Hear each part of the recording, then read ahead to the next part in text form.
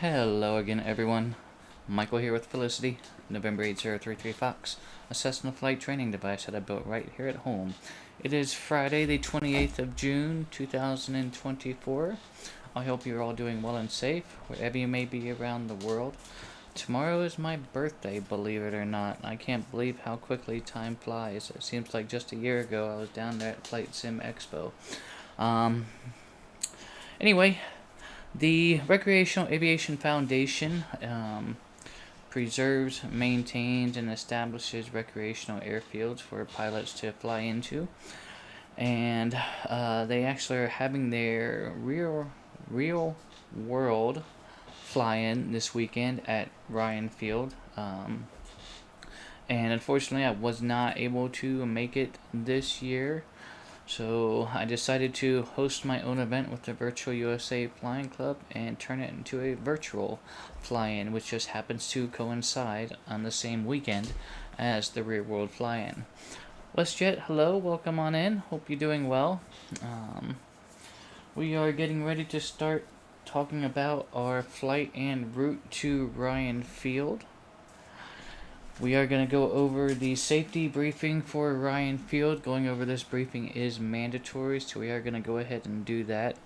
But let me bring up my iPad here, and we'll go over my briefing with the Virtual USA Flying Club, and then we'll pull up the safety briefing for Ryan Field, and then we'll talk a little bit about our route. So give me just a second here. Let's get this pulled up. Okay. This is the briefing I put together for the Virtual USA Flying Club. Goes and talks about the Recreation Aviation Foundation.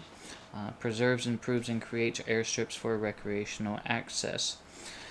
And this event takes place among the blooming bear grass at the base of Strawberry Mountain near Glacier Park, Montana. And so hopefully, since this is a flying event, I do get some people flying into Ryan Field with me. So, the event window, I figured to be 7 to 9 p.m. Eastern. You know, if people come in a bit later, I don't have an issue with that whatsoever. But let's pull up, the important stuff here and talk about the Ryan Field safety briefing. I'm just going to open this window. And this is coming straight from, the real world Ryan Field. And we're going to take a quick look at this. We must have individually requested and received a current briefing through the airfield guide, which we did previously.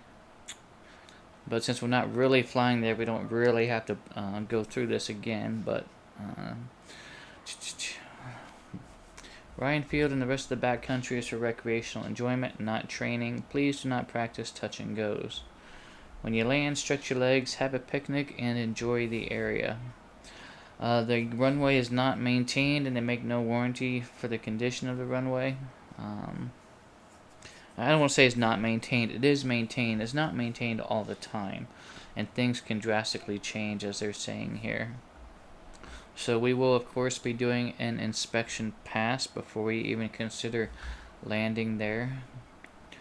The season of use is generally from early May to late October. It is June currently, so we should be good. Expect snow at any other times, but snow can occur any month of the year, and that's probably generally due to the mountainous terrain and high elevation that we're dealing with out there in Montana.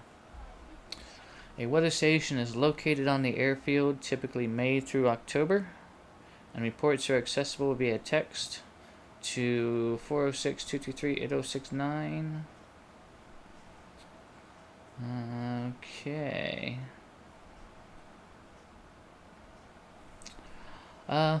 Let's do that. Let's go ahead and text that and see what happens. And we'll go ahead and get a full aviation advisory. So I'm going to text this to, and then once I receive the information back, I will share it with you guys. Okay.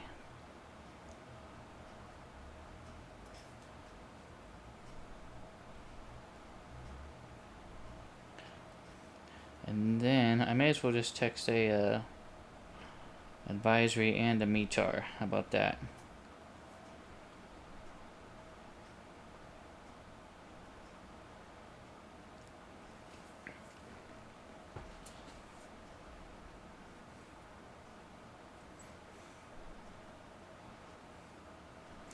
Okay. It might be kind of tedious right now for me to try and screenshot this and then send it over to my iPad and share it with you, but I am going to go ahead and go over it real quick. Aviation advisory for Ryan Field at 17:14 hours, 23:14 Zulu. Winds are 350 at 5 knots, temperature 68 Fahrenheit, dew point 43 Fahrenheit, altimeter 3008. Estimated clouds at 5,300 feet AGL, and density altitude is 4,900 feet. The METAR is, let's see, 350 at 5 knots, temperature 20, dew point 07 Celsius, altimeter 3008. Clouds at 5,300 feet, cumulus density altitude 4,900 feet. So we need to keep that in mind. Density altitude is 4,900 feet. I think that's about 1,500 feet over the field elevation there at Ryan Field. But let's see what else we got here. Cloud bases are calculated, not observed, which is why it said estimated.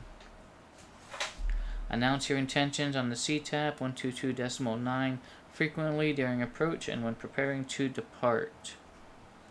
Frequent helicopter flight seeing occurs May through October and is based on 1 mile west of West Glacier. So there could be helicopter traffic we might have to be aware of. Beware of low-level turbulence to the ground anytime the wind is blowing.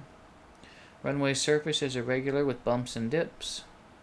Widespread gopher activity throughout the airstrip environment causes holes and mounds. Possible deer and elk on the runway. Standing water may be present. There may be people or vehicles on the runway that may be unaware of you and your intentions. Recommended landing and takeoff on runway 15. And winds were out of 350. So we'd probably consider runway 33.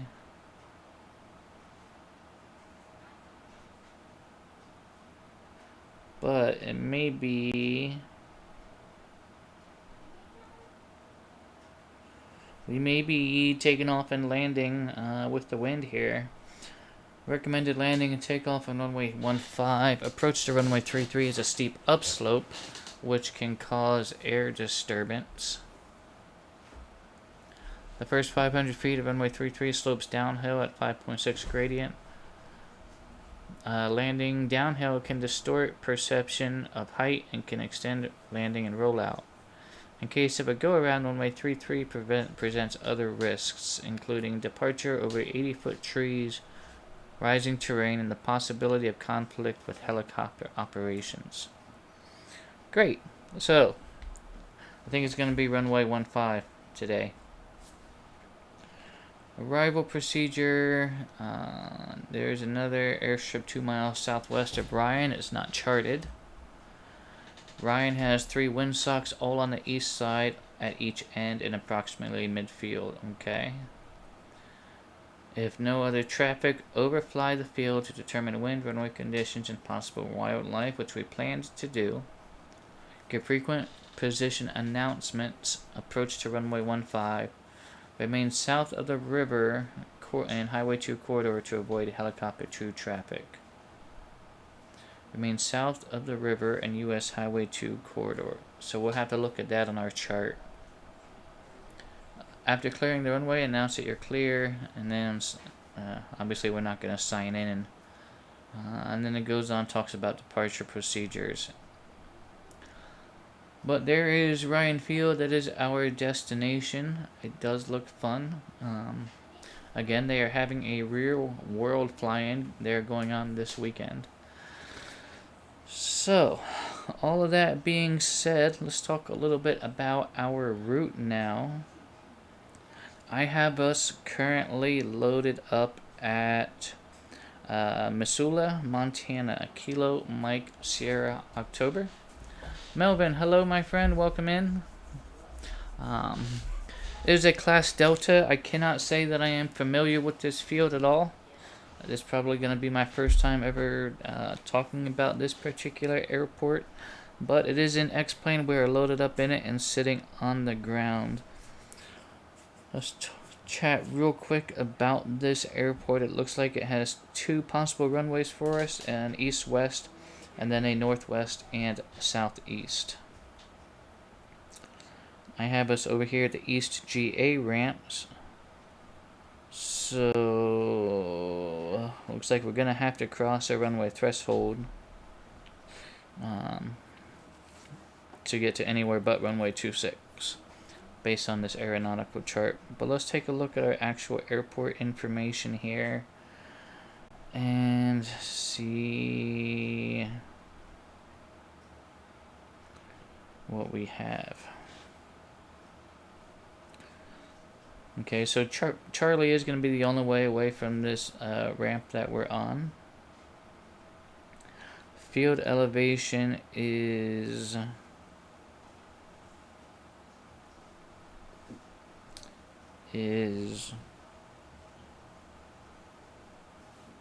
maybe that chart would be sideways. Field elevation is 3,206 feet. Current weather right now at Missoula.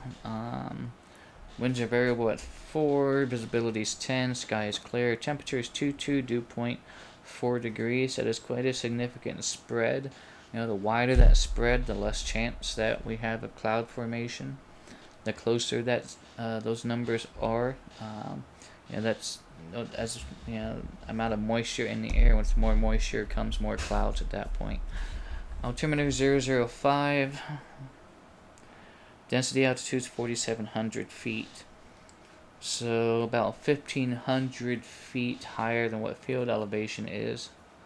So we're definitely going to have to keep that in mind, especially while we try and navigate over possibly some of these mountains that are in the area. I was taking a look at the minimum elevation figures in the area, and we're anywhere from 8,500 feet, 10,000 feet, 8,300 feet. So we're going to certainly have to keep those altitudes in mind when it comes to density altitude and how it's going to affect the performance of our aircraft. As far as our route goes, I was looking for more of a kind of a scenic route as opposed to a straight line. We do have this Victor route here, the Victor 231, that we could just follow up to this VOR, but I'm hoping to maybe try and find something a little bit more scenic for us. And if we can follow this river, I don't know if we'll be able to, but I think I want to try. And I'm just going to kind of rubber band ourselves kind of a approximate route here to get an idea of flight time and distance and fuel requirements, and try and get us over some checkpoints that we could possibly use along the way. Let's go ahead and kind of do that.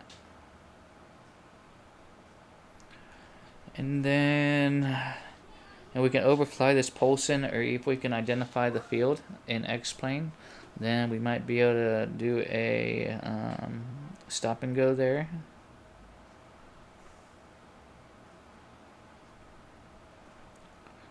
And then I think what I would like to do is follow Flathead Lake up the east coast. We'll grab possibly this river opening here.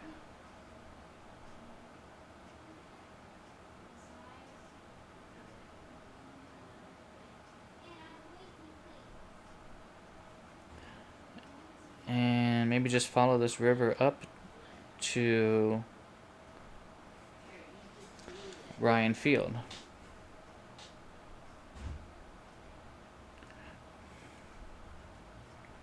Something like that.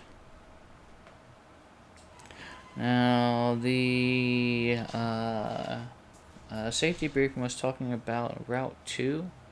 I think that's what it said.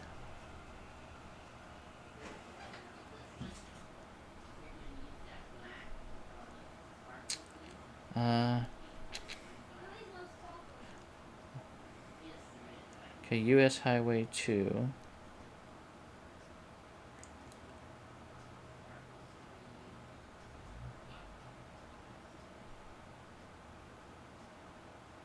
Remain south of the river US Highway 2 corridor to avoid helicopter traffic for the approach to runway 15.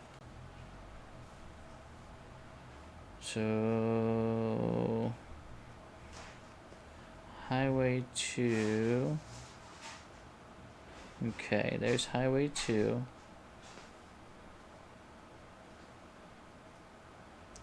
Okay, Highway 2 and the river corridor. So that must just be this area here where they kind of meet together. So we need to remain south of this general, this area here, which if we bring back in our sectional, okay, I can identify it with as that black line in that river there.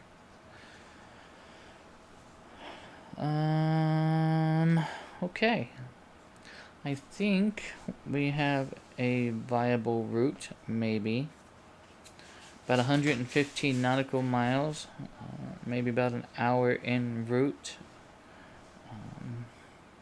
If we get into a headwind, that could significantly delay us. We're not in a very fast airplane as it is, so I can only imagine that our performance is gonna be kind of lax as maybe we get up into some of these higher altitudes. But you never know, she may run great. She is carbureted. Okay, I think that that's about all we need to get this show on the road. So we can go ahead and head to the aircraft. We'll do a walk around, make sure she's got enough fuel, but not so much fuel to where I think we're going to be too heavy. And yeah, so I'll meet you over at the aircraft in just a couple minutes. It's out there on the ramp. It's going to take me a little bit to walk it out there, but I'll see you over there just momentarily. Thank you for coming in.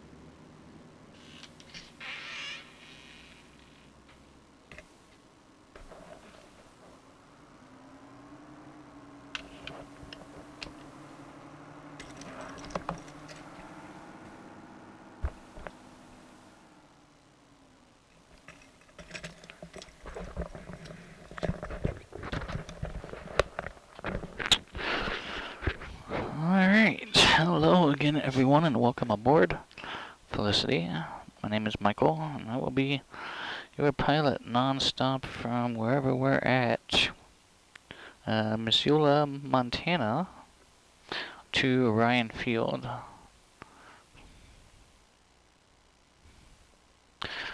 JJ, hello, welcome back. Pleasure to see you again. Hope you are doing well.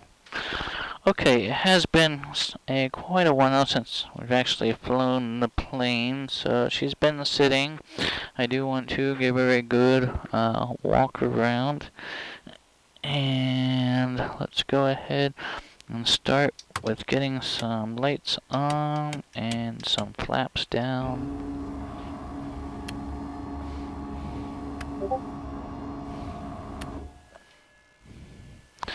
Okay. We'll start with our baggage door, make sure that is secure, and it is. Our left rudder cable is tight. Elevator and rudder is free and correct. Beacon and anti-collision light are working. Right rudder cable's tight. VOR antennas are in place. Our right flap is tight. Right aileron is free and correct, feels good. The strobe on the right is working with the green nav light. We'll take a look at our right main, look for any signs of brake fluid leaks, low tires, and everything looks good there. Our front main and front strut look good. We got some good distance in that strut. If that strut was low, we could inadvertently run into a possible prop strike condition even. You wouldn't think so, but it could happen if it doesn't absorb that impact enough.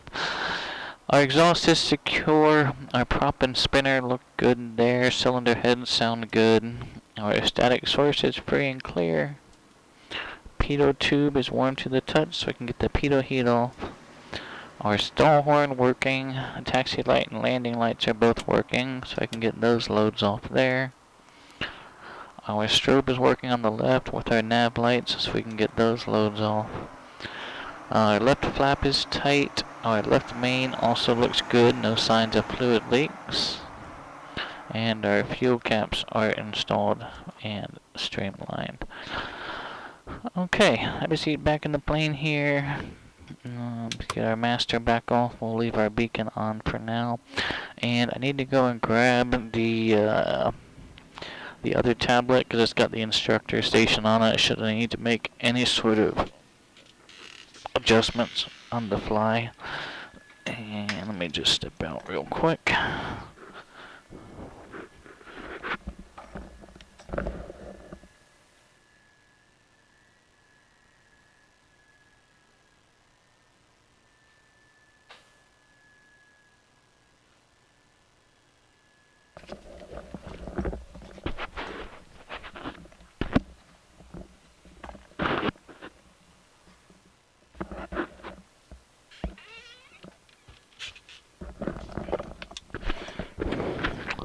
Alright, sorry about that. Let's go ahead. Bear with me just a second here.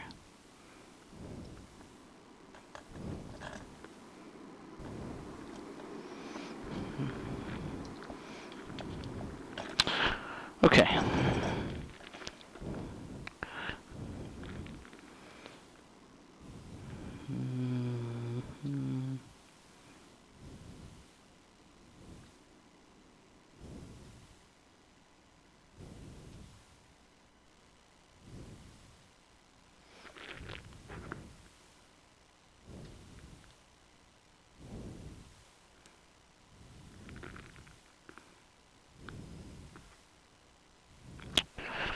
Alright, okay, connect to X-plane, there we go, so that's all set. Let's go ahead and connect to VATSIM.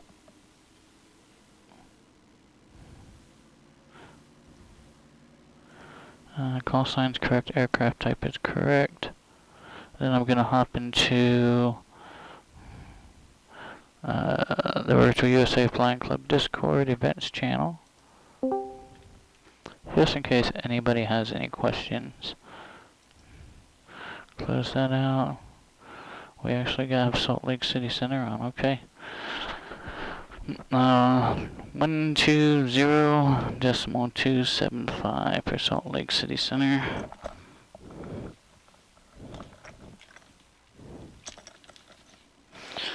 Okay. Let's go ahead and do our weight and balance real quick.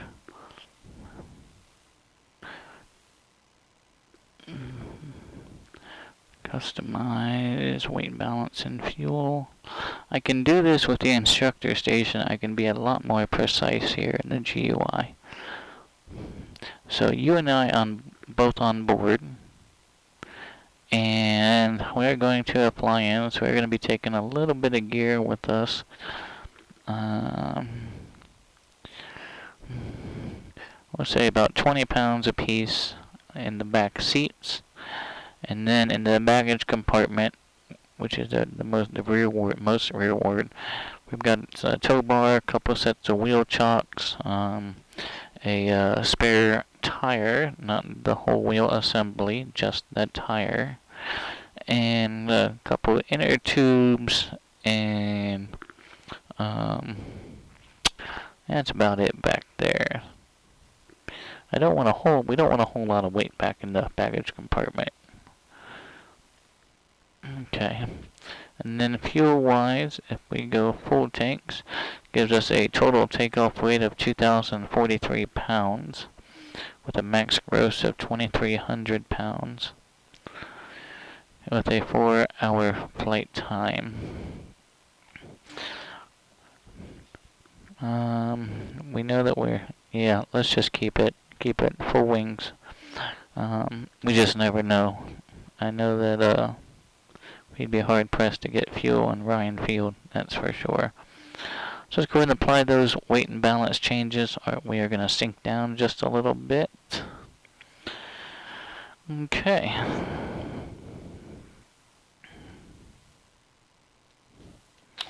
Let's go ahead and fill out a VFR flight plan.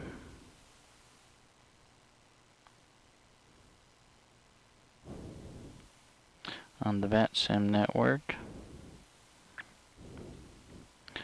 Call sign November 8033 Foxtrot, type VFR, type 172. The lightweight category, we have GPS, we have equipment golf on board, and our departure field was what again?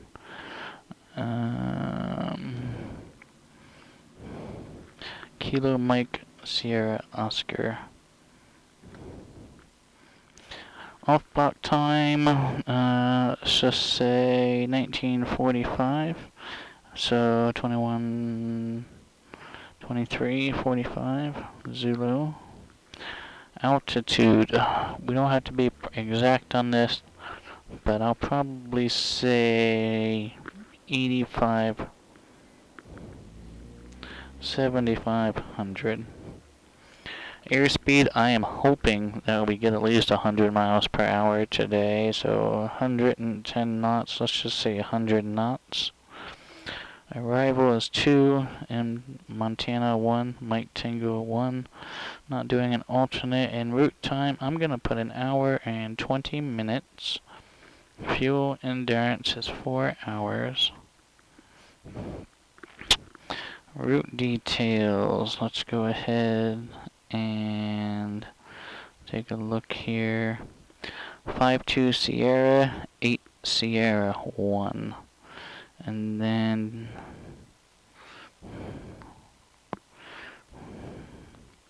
I guess we could use the VOR there as a waypoint instead of this random dot that I selected. So that's gonna be Foxtrot Charlie Alpha. 52 Sierra 801 Foxtrot Charlie Alpha. 52 Sierra 8 Sierra 1 Foxtrot Charlie Alpha. Okay. In the remarks section, I do like to put the Twitch channel name. kind of lets any sort of controllers know.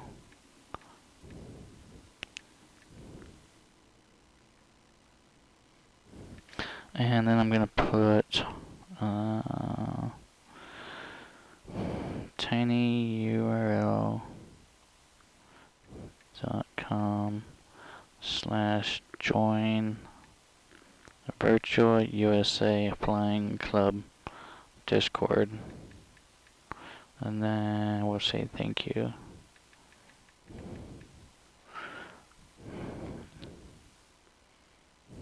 Alright, flight plan is filed.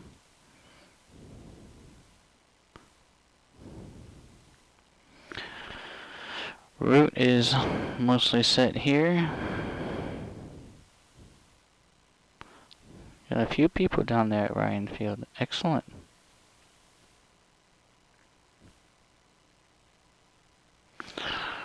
Okay, let's go ahead and get started up. We've got our flight plan filed. All the walk around stuff is done. We'll do a quick safety briefing. Seatbelts work just like your seatbelts do in an automobile. The air vents on the upper left and upper right hand corner, you can't turn them off while we're flying because it works on ram air, but you can rotate them up or down, or feel free to slide them in if it gets too much. Just don't have them pointed directly at your face. The air rushing past your microphone can interfere with the intercom, and if you cannot hear yourself talk, then I cannot hear yourself talk.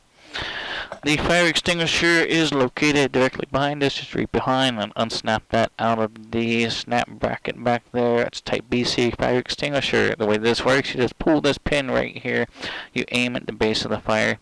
You squeeze the trigger and sweep it back and forth from side to side. 2 exits on the aircraft. You exit the aircraft the same way you entered the aircraft. This door opens outward and closes inward. To open the door, you just push down on the handle, push the door open, and then to close the door, you pull the door closed, and then make sure that handle's up, and that'll keep that door latched securely. I do love hearing about other airplanes, especially while we were up in the sky, so if you do happen to see other air traffic, please don't hesitate to go ahead and let me know. You are allowed to talk while we are flying. If, however, I need you to remain quiet, most likely because I'm talking to ATC, I will hold up one finger just like this, and I do need you to remain quiet. Of course, I will let you know when it's good to go ahead and talk again. And finally, do you have any questions for any of the safety information that we've gone over today? I know that a lot of you have flown with me before, and hearing that's probably repetitive at this point, but I do it to also keep it refreshed in my mind as well. Alright, startup checklist. Here we go. Seat track. Let me get scooted up here so I can reach the flight controls.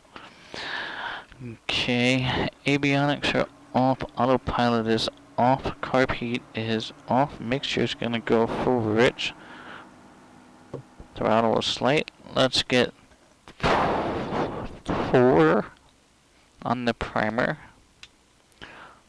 1, 2, 3, 4. Okay, primer is in and locked. Alright, master is going to go on. Our beacon is still on from our pre-flight.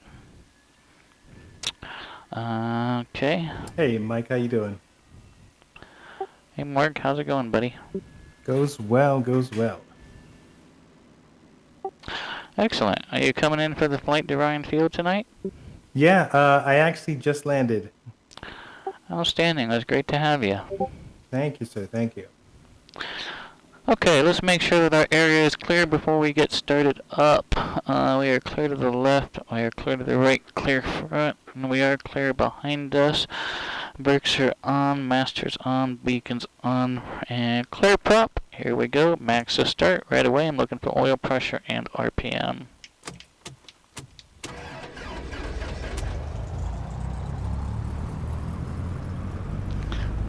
Alright, we do have engine RPM, mechanical checks, digital checks, oil pressures in the green, digital checks.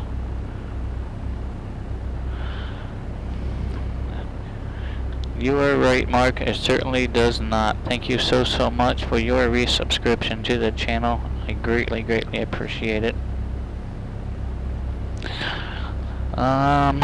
Okay. Startup checklist is complete. Let's get taxi light and landing light on so that we can be seen here. Alright. Seat belts. We are on our pre-taxi checklist. Let's get our seat belts on here.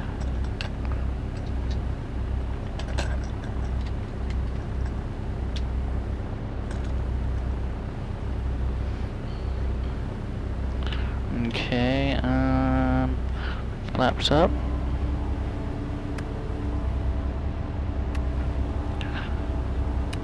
I'm gonna lean us out just a little bit while we're here in the ground. Parking brake on. Avionics gonna go on.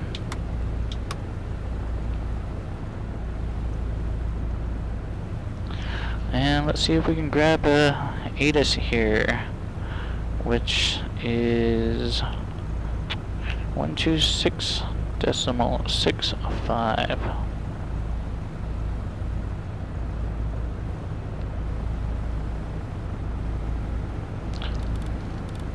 Try and grab that on COM 2.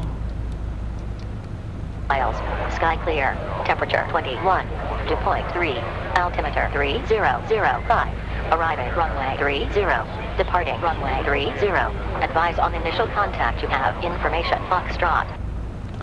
Foxtrot.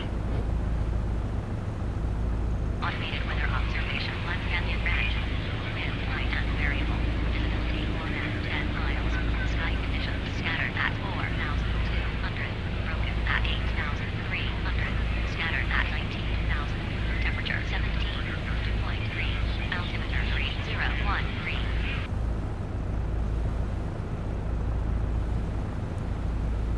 Automated weather observation, Black Canyon Range, wind, light and variable, visibility. Sky conditions scattered at 4,200, broken at 8,300, scattered at 19,000, temperature 17, dew point 3, altimeter 3013. I don't know if that's the right ATIS. Automated weather observation, Black Canyon Range, wind, light Yeah, and that variable, can't be it. visibility more than 10 miles. Sorry. We'll grab it like this. Winds are variable at 4, visibility is 10. I know we just talked about all this, I just want to make sure it didn't change. Altimeter 3005. Puts us right around 3,200 feet. Does that confirm with field elevation here? And it does, 3206. Okay. We do have Salt Lake City online above us, so we will need to talk to them to get out of here.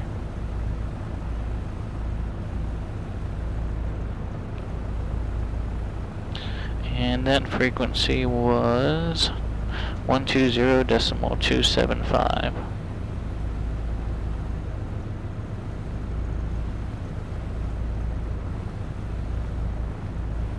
FedEx 8849, climb and maintain flight level 370. 370, Delta 2846, you're 5 miles from Dunlap, turn left heading 010, descend and maintain 8,000 until subsequent localizer cleared ILS runway 34 left approach. Heading 010 down 8,000, maintain 8,000 until establish cleared ILS 34 left up 24. Delta 4681, expect the ILS runway 34 left approach. We'll expect ILS 34 left approach, Delta 4681.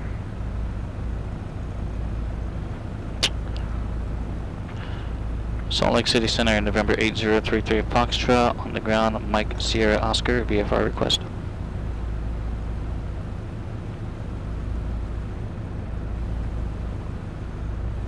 Alright, that was 2 at 1, say again. Salt Lake City Center, November 8033 Foxtrot, Mike Sierra Oscar on the ground, VFR request. Number 8033 Foxtrot, Salt Lake Center, standby. There was another November, I think it was 2026 Wixie on the ground at Helena. Affirmative, holding short 3-5 for VFR departure to the north.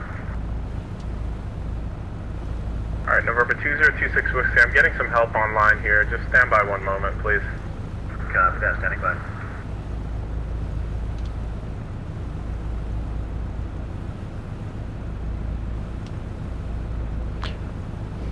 Alright, while we're standing by too, let's go and get our run up out of the way. Oil temperature's up. Brakes are on, fuel is on both, trim is set for takeoff.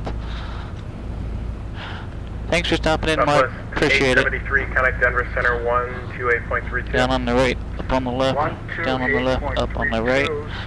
Elevator, rudder, free and correct. Thank you for the ATC. Salt Lake. Brakes are on. There's 1600.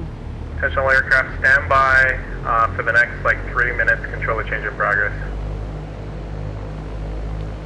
Left mag, there's a drop. Angola 13. Back to both. Right mag, there's a drop. Let's get back to both. Carpet going on. There's a drop. Carpet on.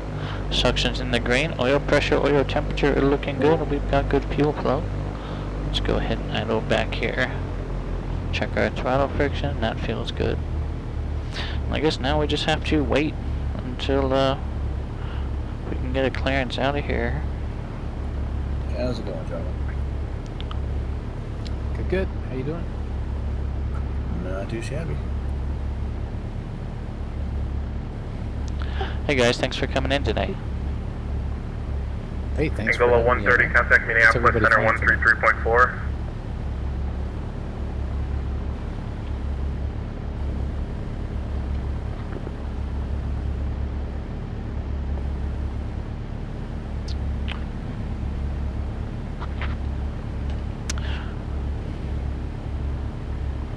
Angola 130, contact Minneapolis Center 133.4. 133.4, Angola 130.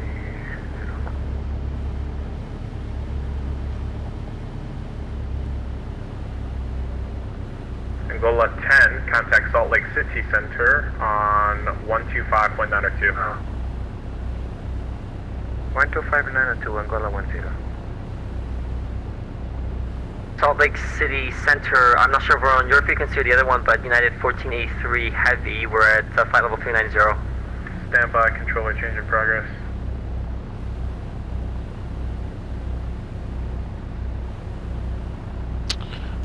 Heading indicator to compass, let's go ahead and do that.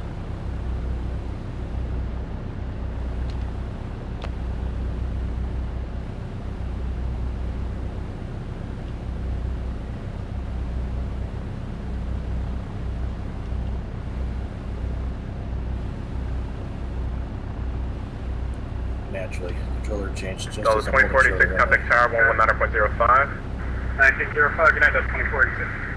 Yeah, I'm stuck on the ground too, waiting on a clearance out.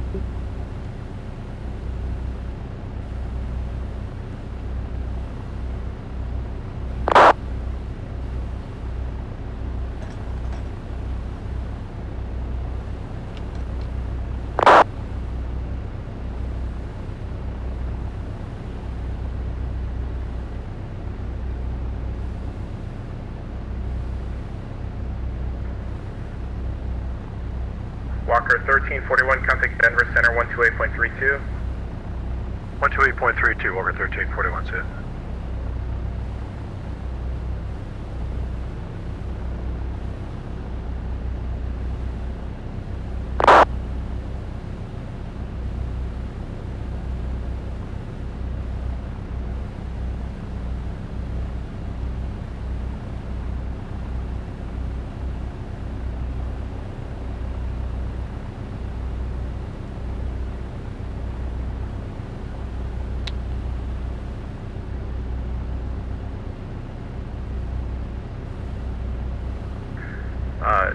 Redford 404, contact Salt Lake City Center on 125.902. 125.902 for 58404, thanks for help, bye-bye. United 402, contact Salt Lake City Center 125.902. 125.92, United 402.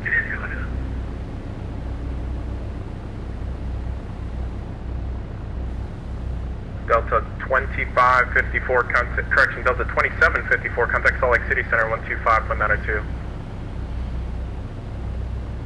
25902, Delta 2754, okay.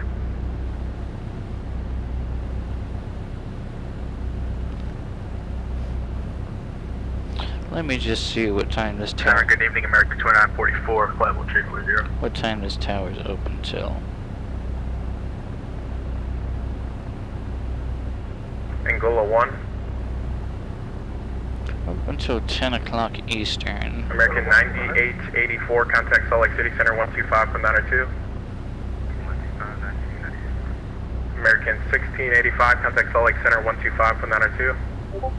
Contacting Salt Lake Center 12592, thanks. KLM 608, contact Salt Lake Center 125.902. 12592, 608, thanks. Redbird 404. Angola 1. Angola 1, contact Salt Lake City Center 125.902.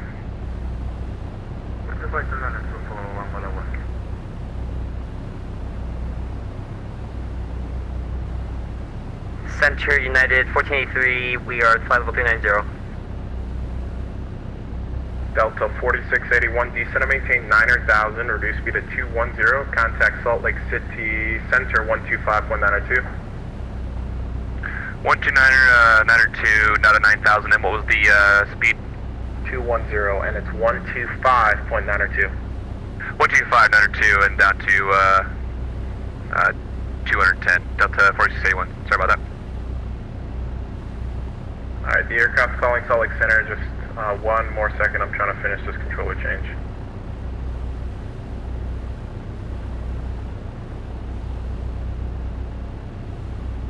Southwest 8510, contact Salt Lake City Center 125.902. 125.902, Salt Lake Center, hello, contact Denver Center on 128.32, so long. I'm just gonna go over there. See it. Delta 2754, did you call? Delta 2754, roger. I missed a bunch of people calling, by the way, so you're gonna have to recall in. Salt Lake City Center, American 1685 with you at 35,000. American 1685, Salt Lake Center, roger.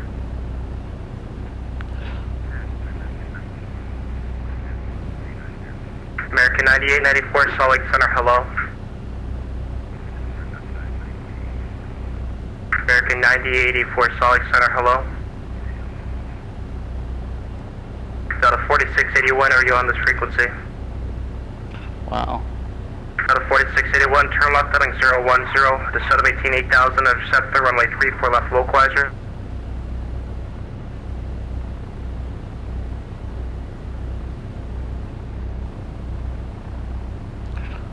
Salt Lake Center, Southwest 8510, level 110. Southwest 3510, correction, Southwest 8510, Salt Lake Center, roger. Salt Lake Center, November 8033 Foxtrot, VFR request. 8033 Foxtrot, Salt Lake Center, go ahead. On the ground at MCO, type 172, slant golf, VFR departure to the north with the numbers.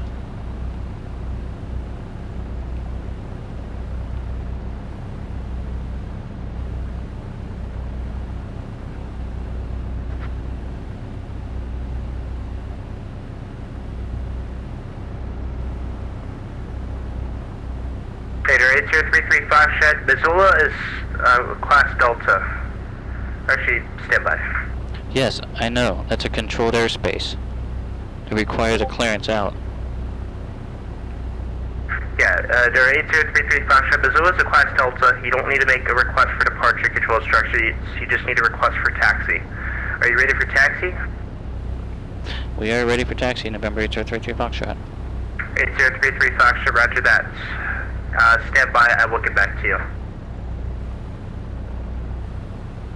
So, I just need to call for taxi. I wouldn't need to get a clearance from tower to get out of this Delta. Am I understanding that Yeah, correctly? 608 Salt Lake Center, roger. Angola 1 Salt Lake Kilo frequency. Thank you.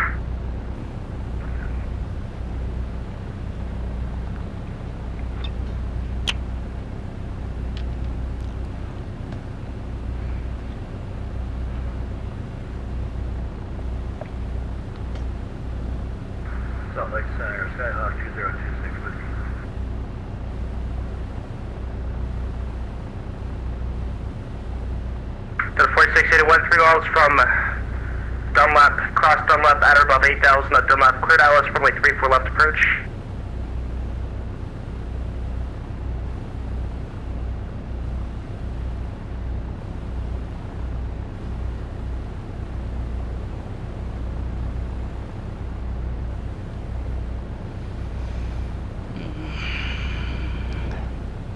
I apologize about this indefinite hold. 33 Foxtrot, runway 26, taxi at Charlie. 26 via Charlie, November 33 Foxtrot, and just to confirm, I don't need cleared out for departure? No, it's a Class Delta. Which is a controlled airsfield with an operating control tower, yes? Yes, but it is a Class Delta airspace. There are no restrictions. Vol T-3054, area on frequency.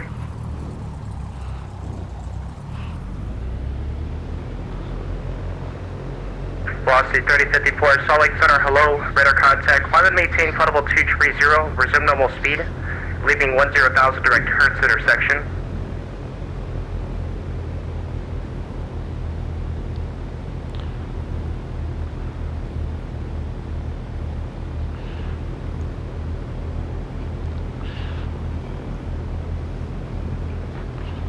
American 2944, Salt Lake, hello.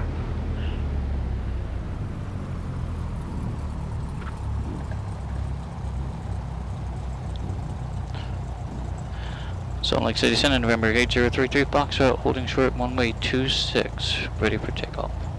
8033 Foxtrot, departure to the north, approved, runway 26, clear for takeoff, wind variable at 4. Clear for takeoff, runway 26, November 8033 Foxtrot, departure to the north, approved.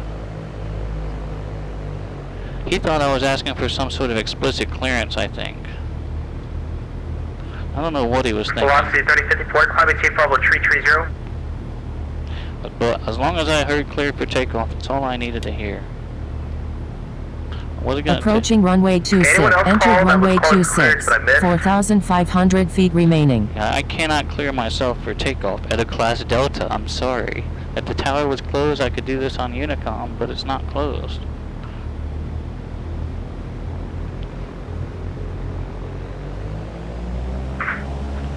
So I'm not going to bother him for flight following or anything. Who's the aircraft that just departed Helidarian frequency, November 2026 Whiskey? Yeah, 2026 Whiskey. I wasn't so sure about the aircraft or not. Yeah, all the airports are towers. Any airport that has a tower, you gotta call the center.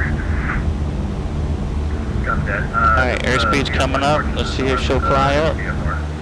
Okay, you can continue on course. Got that. Continuing, thank you. It's really busy, but you still gotta be patient.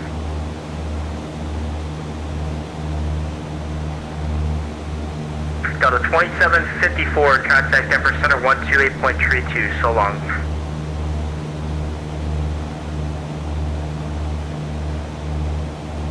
Delta 2754, affirmative.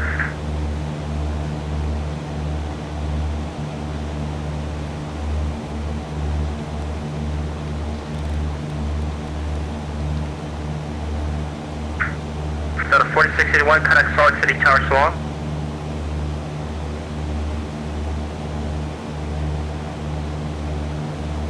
Delta 1188, Salt Lake City departure, radar contact, climb and maintain flight level 230, resume normal speed.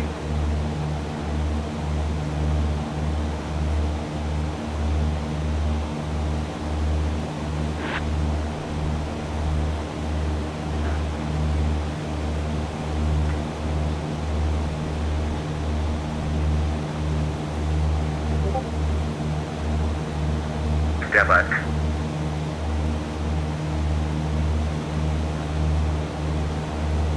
Salt Lake Center, American 5431, with you at 370. American 5431, Salt Lake Center, hello. American 1685, connect Denver Center 127.65, so long. 127.65, American 1685. Spearwing 60, correction, Spearwing 666, pushback approved. Alright, let's climb. We're gonna need to climb probably.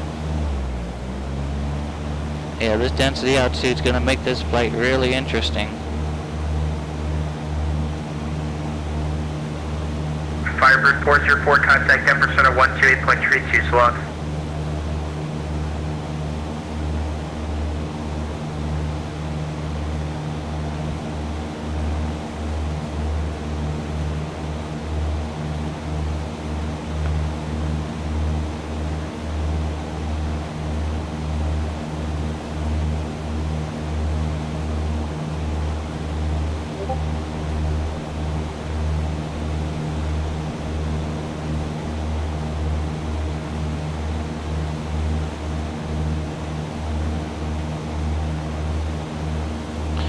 Film 608 Crest Carter intersection.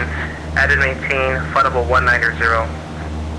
At Carter, I maintain 100, Kilo 608 heavy.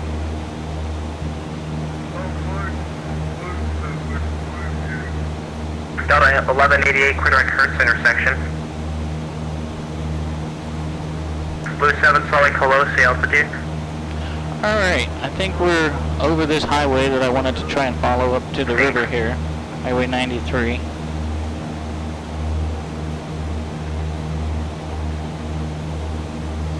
As long as we stay kind of in this valley looking thing, I think we'll be able to get up to an altitude.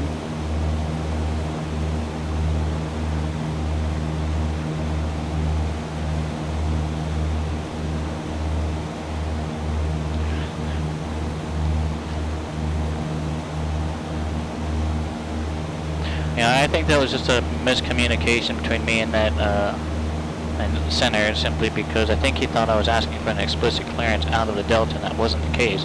I requested VFR departure to the north.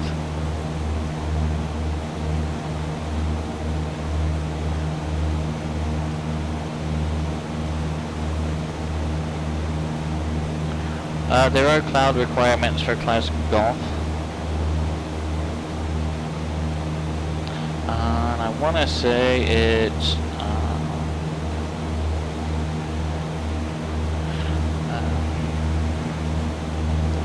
hold on, it's been a minute.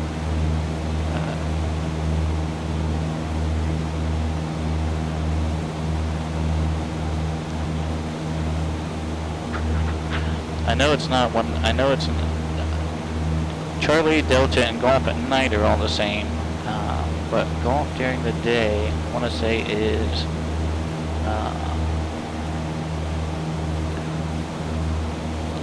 dang it, now I'm going to have to look it up. American 2944, contact the center now 120.27, so long. 500. I got it here in my triangle.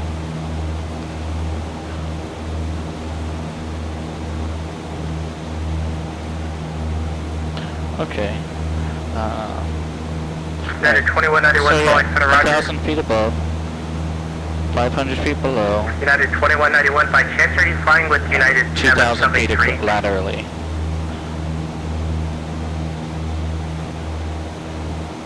No. Are you flying with United 773 the call sign, like as a friend, with a friend? Roger.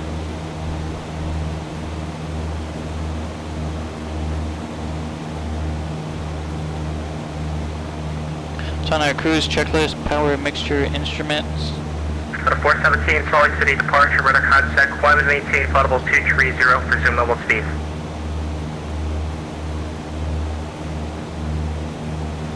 American 9884, contact Denver Center 127.65, so long. We probably should have taken the Hawk today.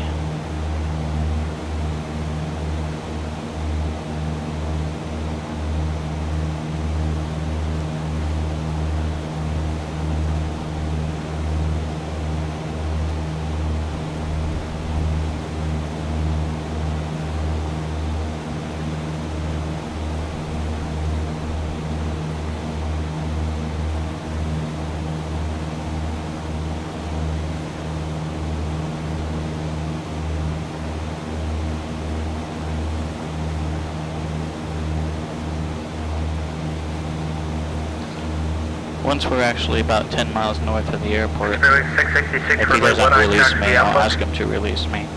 But I can't switch frequencies until he tells me I can do so.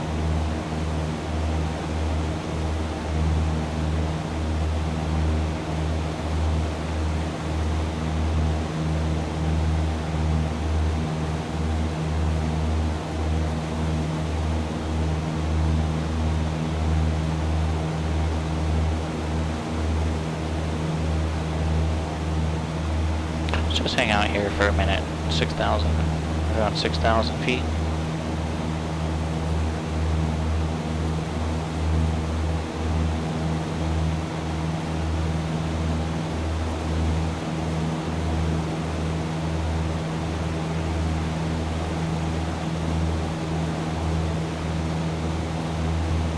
I guess we're kind of 5,900 feet.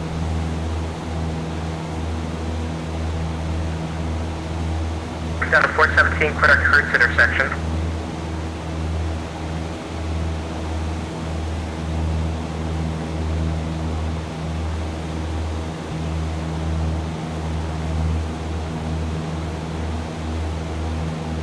United 2191, report back.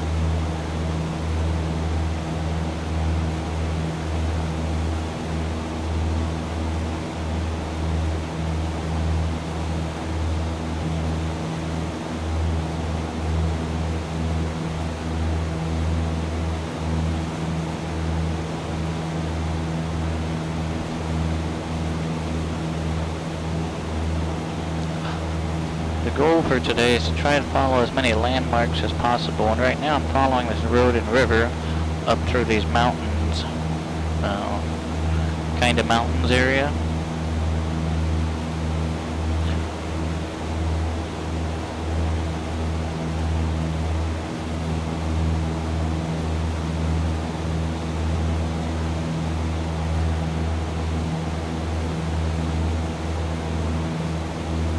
Shadow 69, Solid, roger. Shadow 417, you appear to be direct rugged and now apparently on the route now. Verify your direct Hertz.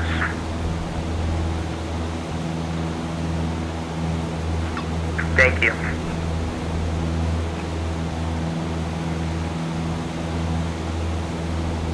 Shadow 417, climb and maintain flight 350.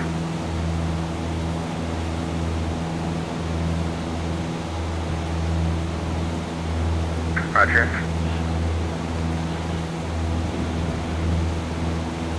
Salt Lake Center, November 8033 Foxtrot, request frequency change. Once you leave the Delta, frequency change automatically approved.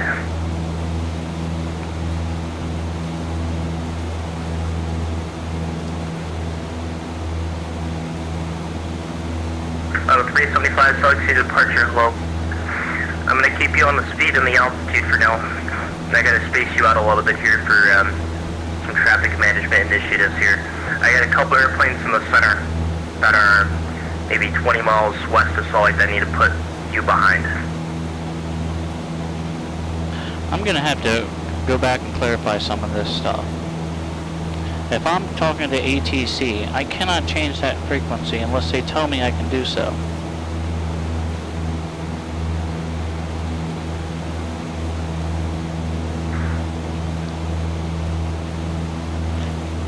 Spearwing 686, runway 19, cleared for takeoff. Delta 375, climb and maintain flight level 230. Turn 40 degrees left.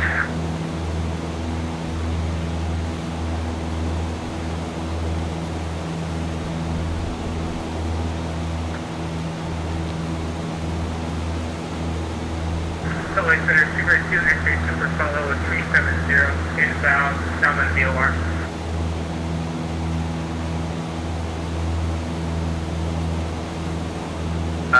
Center United 1483, we are at flight level 390.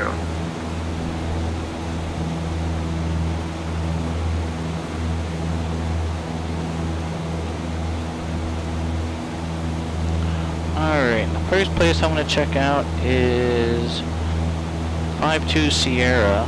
We should be kind of almost directly flying over it along this route here. We're going to come up, follow the road, and then veer to the right around this wildlife area.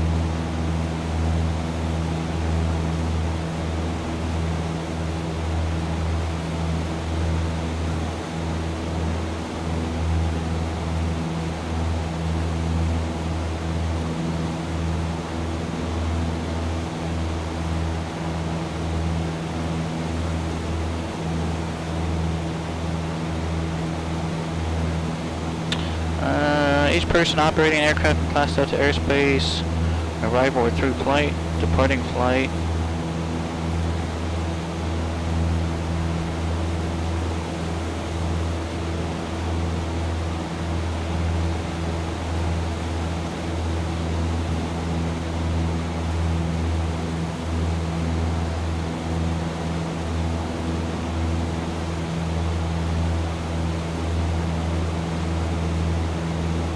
Minimum altitudes. Departures.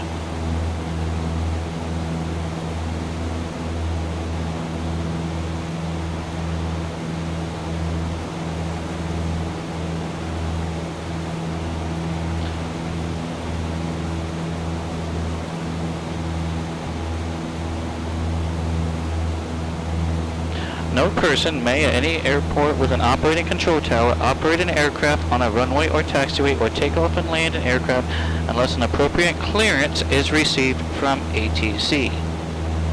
So why would Salt Lake City Center tell me I don't need a clearance to get out of the Delta, I just need taxi instructions? I don't know. But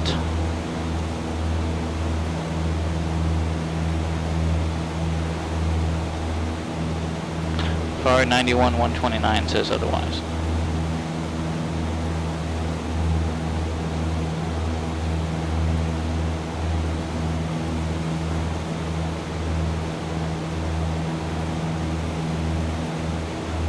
It was strange, and I know he had a lot going on, but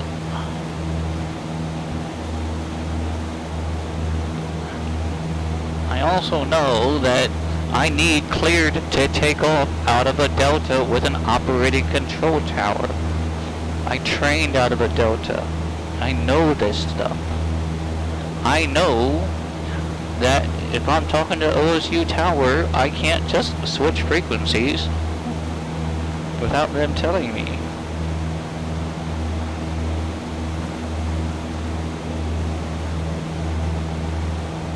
But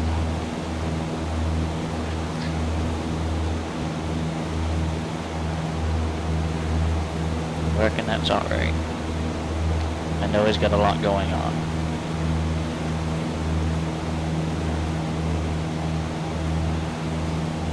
Alright, how are we looking? What's our terrain looking like? We got some flat stuff towards... Tell you what, let's do this. Let's go check it and see if we can't identify and possibly land this airport about 5 miles. 122.9.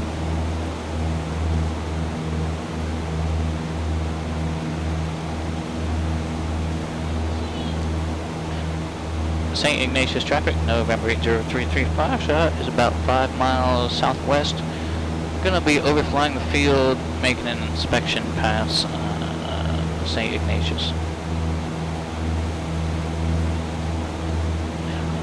This field may not even be modeled in X-plane.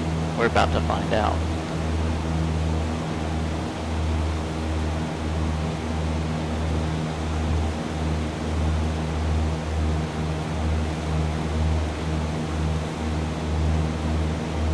It's got a beacon. I mean, it can't be too terribly small. There it is down there. Alright, we ready? Alright. Spiraling descent time, here we go. St. Ignatius traffic, November 8033 Foxtrot is 6,000 feet, spiraling down 3,000 to land, runway 26, St. Ignatius. Mixture's gonna go rich, carpete's gonna go on, power's gonna come out. Ryan traffic, Cessna is 5 miles to the north, down. We'll be coming around the bend right downwind 415, Ryan. Spiral us down there.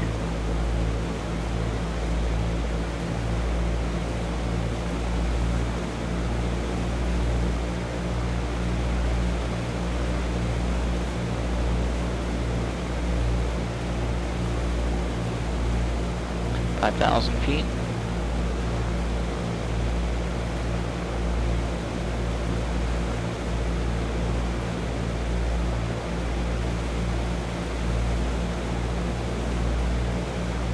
4,500.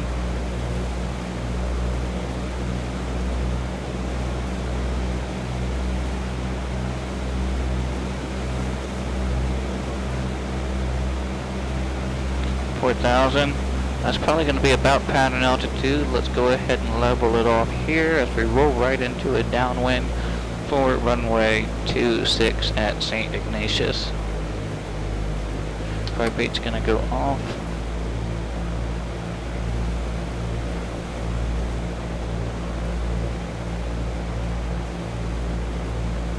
Ryan traffic, Cessna is entering a right base, runway 15, Ryan.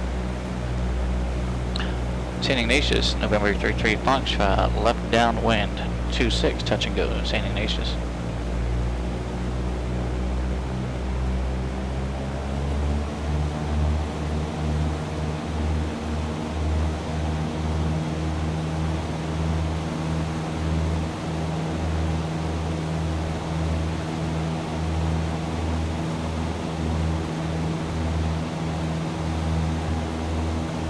Alright, we're already going pretty slow. I'm not going to put any flaps in. This density altitude's not our Ryan traffic, Cessna favorite today. Runway 15, Ryan. So let's just go ahead and 180 her on in there.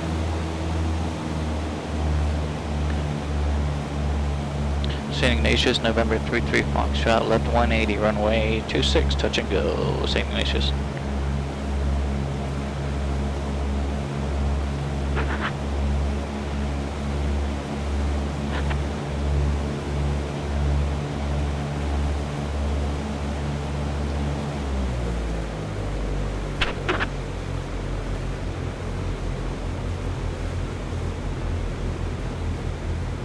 A little bit high.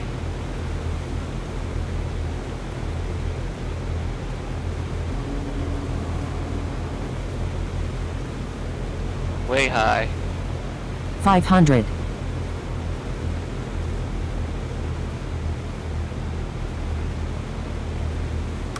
Short final runway 26. I gotta fix that switch.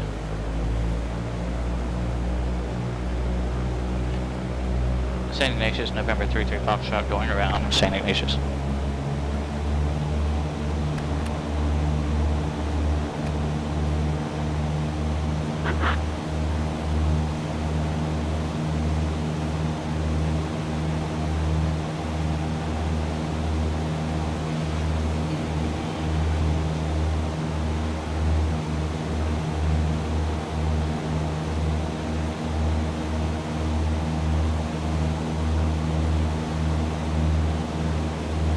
Stein, welcome in, my friend. That's alright. These things happen. But I appreciate you stopping in and saying hello. I know that you are having some company today.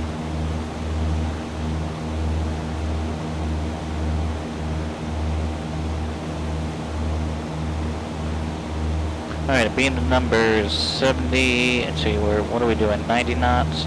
No. 80 miles per hour. Let's extend our downwind just a little bit. Lift my left wing, that looks clear.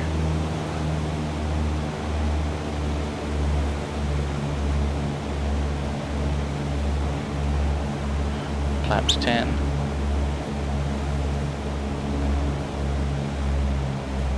Power out.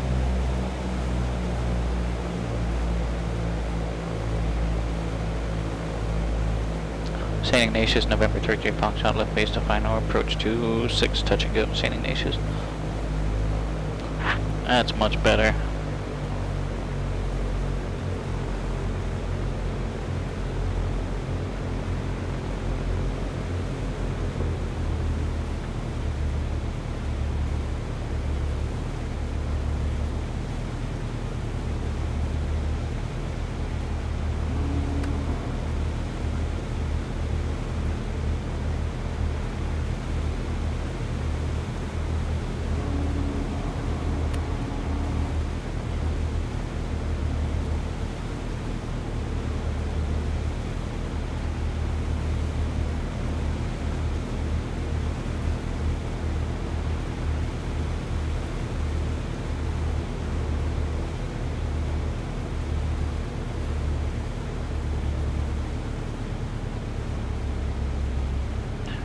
Yeah, we floated a long time for this one.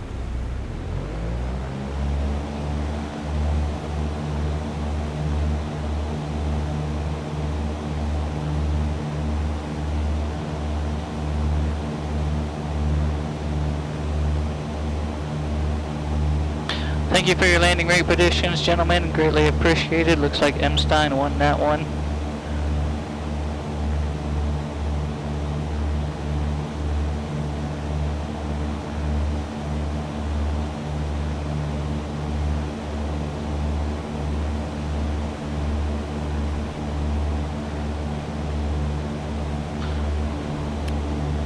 Alright, let's pull some flaps out.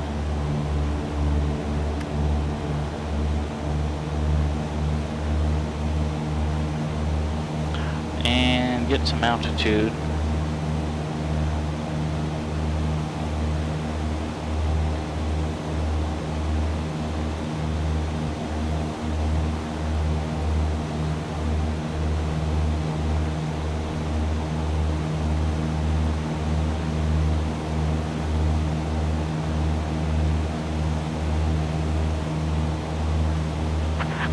What time is it? 8:30? Yep, it's taking us quite a while in this plane, but that's alright.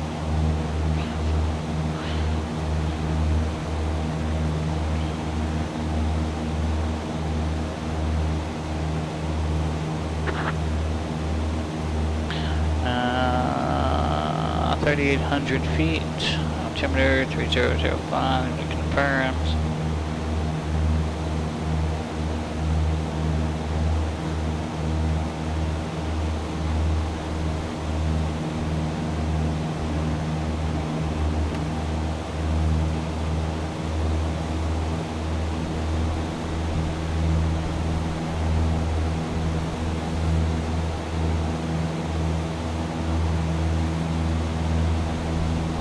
Langton airstrip traffic, Charlie Golf, Surf Tango, departing runway 31, VFR departure east, left crosswind departure, Langston airstrip.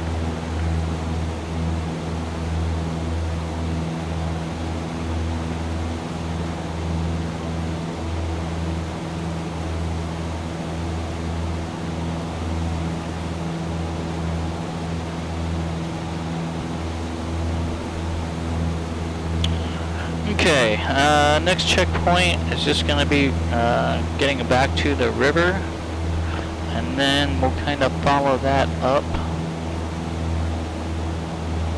until we get to Polson 8 Sierra 1.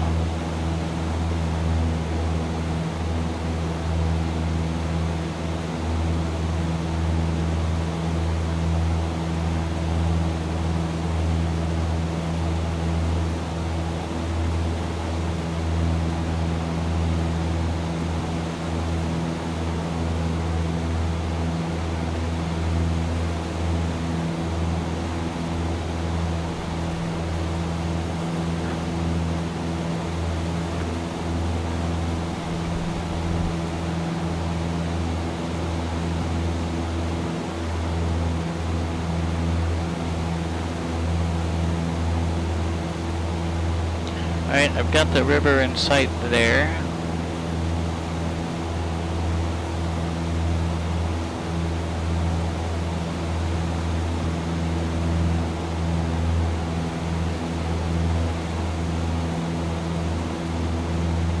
Langston airstrip traffic, Charlie Golf, Surf Tango, 5,500, climbing to 6,000, leaving the area to the west, final call, Langston traffic.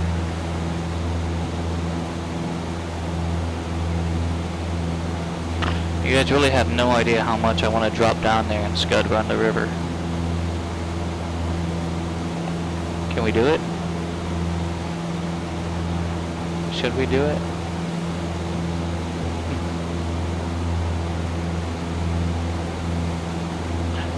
Seems flat enough. Let's do it. Power's gonna come out.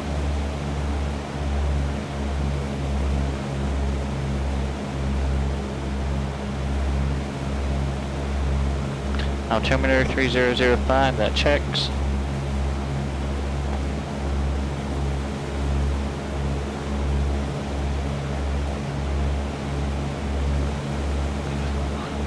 Alright, the river kind of curves around, but I see a nice entrance point there.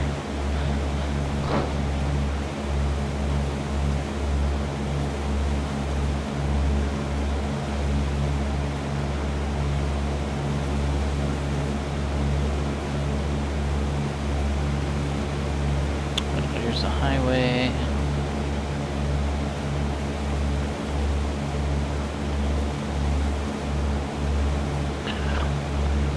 Be a good time to have a radar altimeter. For sure, for sure. Josh M, 4298, welcome on board, thanks for the follow. My name is Michael, this is Felicity, November 8033 Foxtrot. We're en route to Ryan Field, 2 Montana Tango 1. I guess it would be Mike Tango. Alright, I do not recommend this. This is certainly not any sort of FAA legal. I just want to have a little fun on our way up to Ryan Field, and scud running the river sounds like a decent way to do this.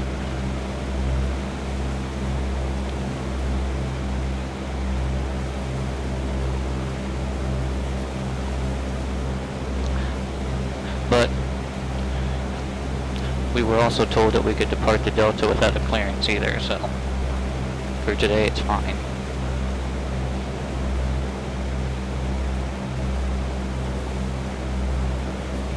Just left Ryan about 30 minutes ago. 500.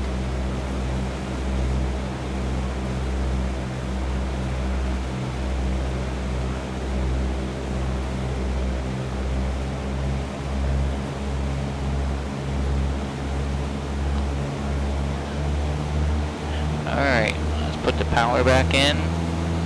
We're gonna hang out down here just a little bit. We're 500 AGL.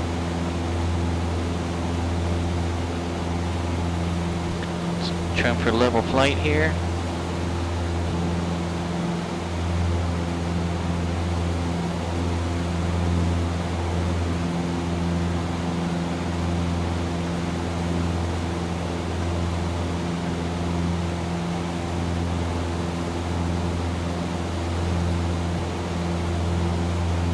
You know, and theoretically we could follow this almost all the way up to the lake like this if we wanted.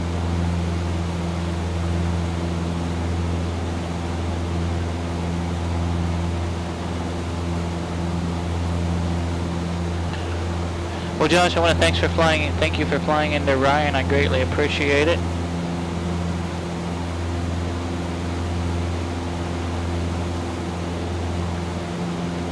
Whitefish traffic, Cessna 150, Charlie Golf, landing Yankee Zulu. We'll be crossing Whitefish Lake about midway across the lake, and we'll be passing Whitefish Field about 5 miles to the north. Be eastbound for Ryan Airfield, Whitefish traffic.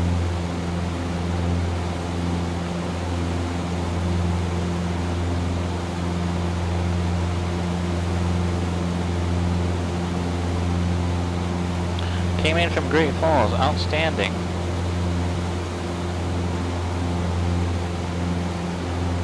I'm glad you enjoyed it.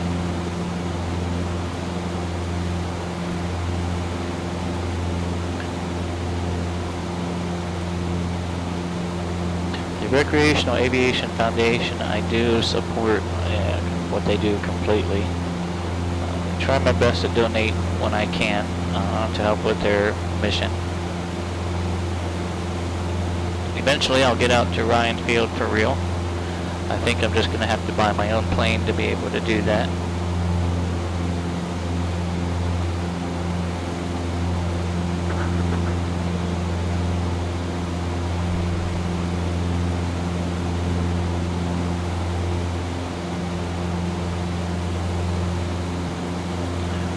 But I like this. Let's just follow this river all the way up to that big flathead lake, shall we? Got enough fuel. As long as we don't, put ourselves into a too steep of a turn to where we'll slice out of the sky, I think we'll be all right.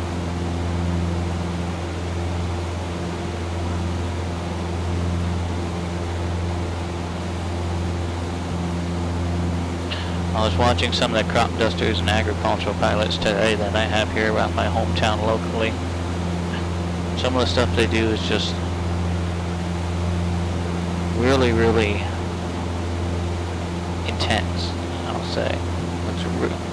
Like, I really, really want to go up in a crop duster with one of those very experienced pilots.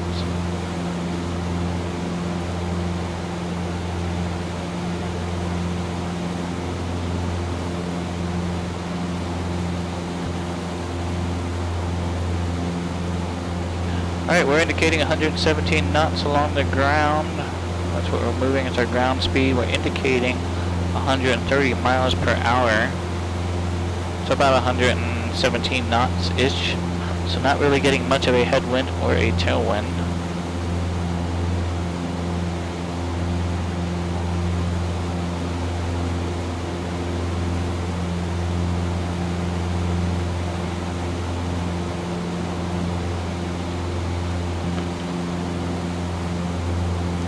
This is one we gotta be a little bit cautious when the river that we're following is actually kind of lower than the ground level, because if something were to happen, that greatly reduces our places of available landing spots.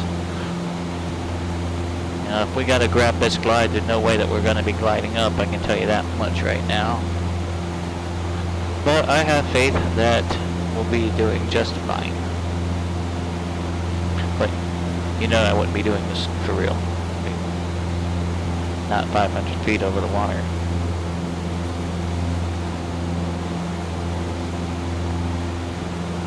Well, there's a cool looking bridge thing. Has that got a water lock in it, or a dam of sorts? Hang on. Let's go down here and check this out.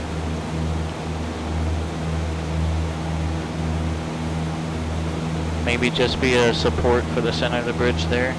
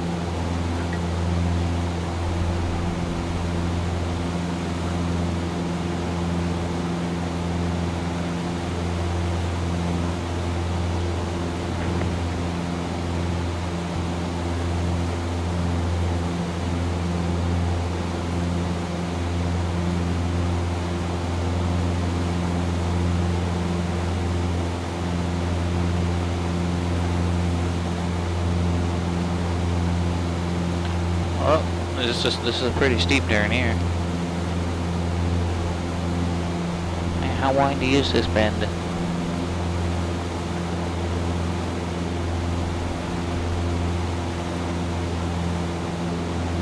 That's a hairpin turn.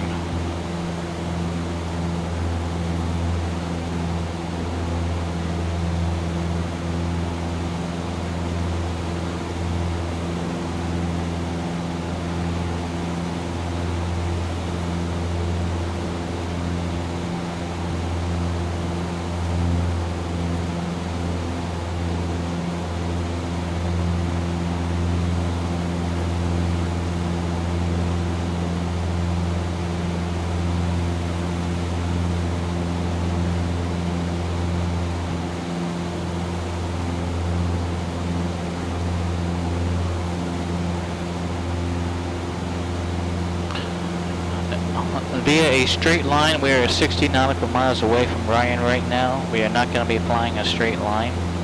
It's going to take us a little bit longer than that.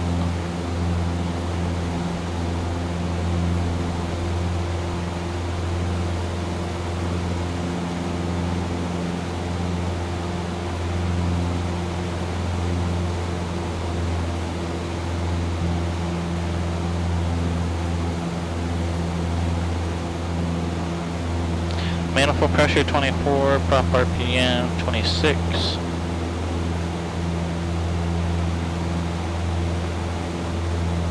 I always want to try and keep manifold pressure below engine RPM.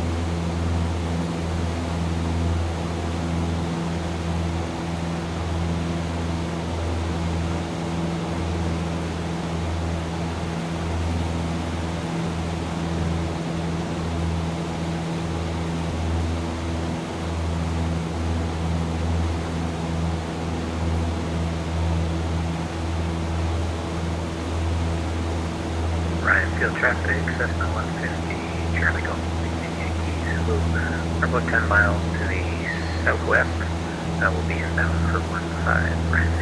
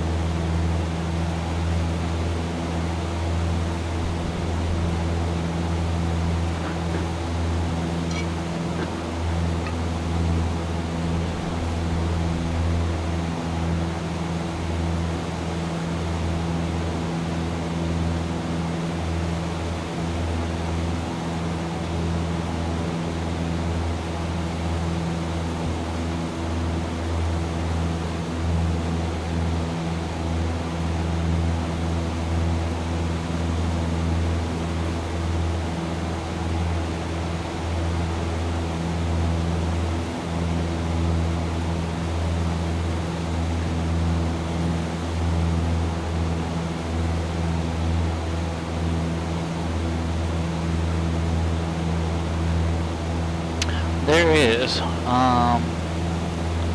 JJ, this particular plane that we're flying in here has 149 hours since I brought her out of Plane Maker. After I'd finished developing her, the hops meter was at 0, so it's got about 149 hours.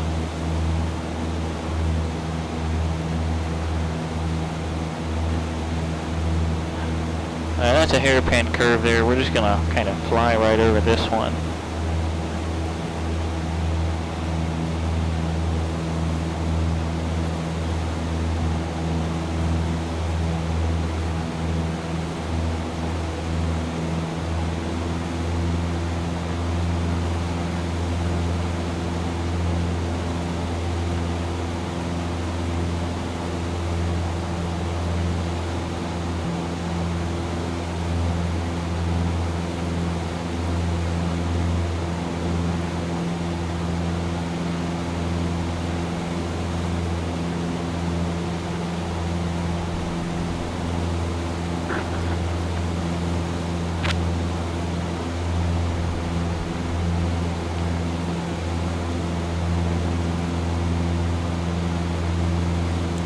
Another hairpin curve right here to the right. We're just gonna fly directly over.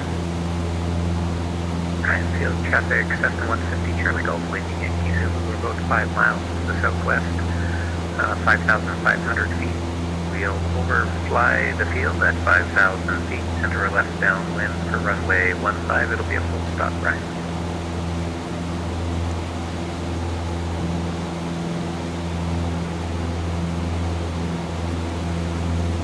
Keep an eye out for any bridges. Yeah, we're looking.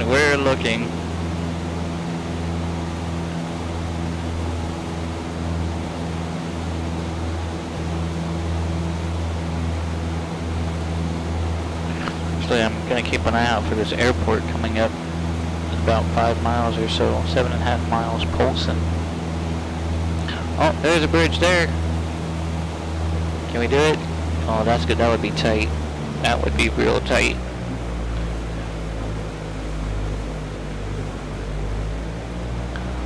Just don't know.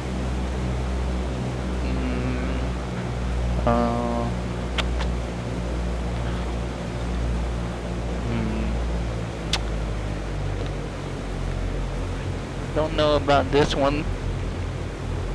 I just don't know.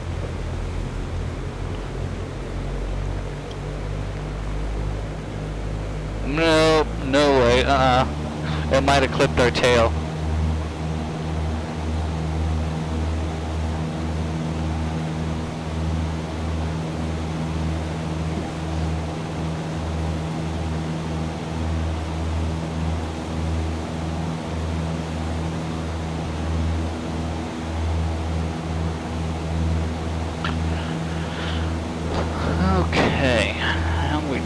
here. Fuel's looking good. Manifold pressure, oil temperature look good. Charlie Golf Yankee Zulu, 2.5 miles to the west. We're turning inbound for the field. We'll overfly the field at 5,000 feet. And enter a left downwind for 1-5. It'll be a full stop, Ryan Field.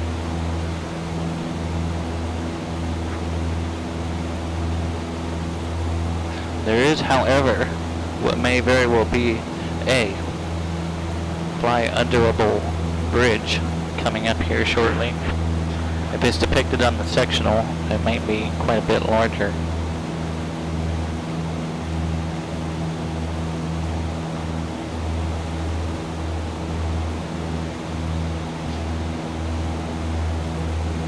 We got a couple of switchbacks here in the water. We're gonna kind of fly November 7 Tango.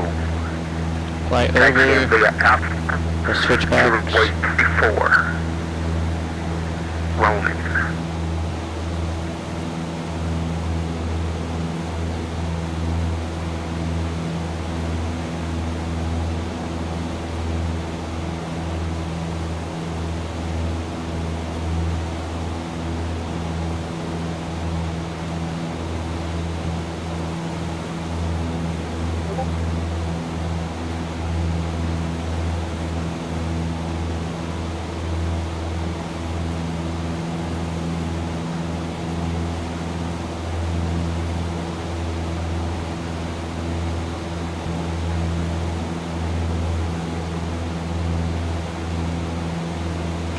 Alright, so if it's modeled in here, there should be another bridge coming up just around this bend.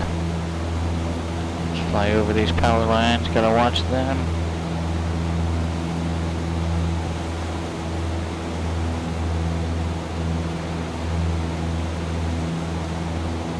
Ryan Field traffic. Charlie Golf Lima Yankee Zulu is overhead the field 4,800 feet. Well under a left downwind for runway 15, full stop, Ryan Field.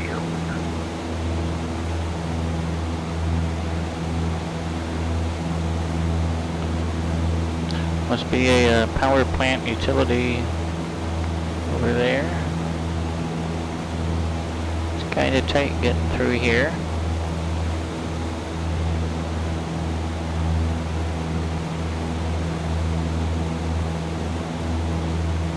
Oh wow. That's a dam. That's what that is.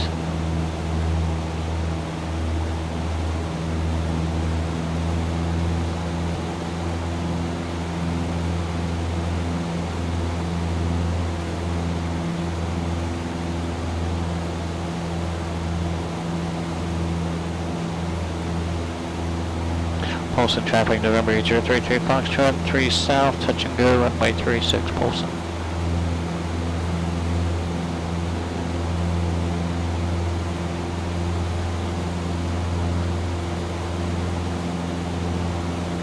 Ryan Field traffic, Charlie Golf Yankee Zulu is base to final, runway 15, full stop, Ryan Field.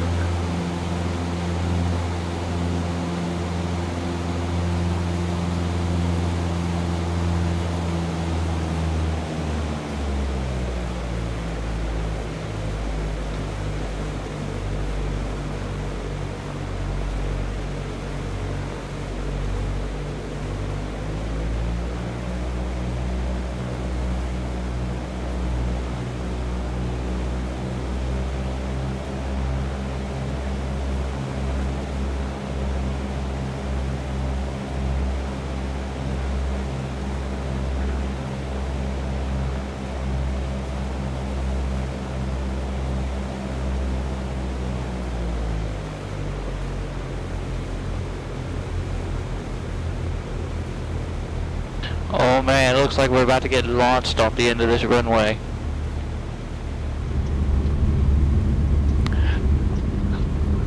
Everybody hang on.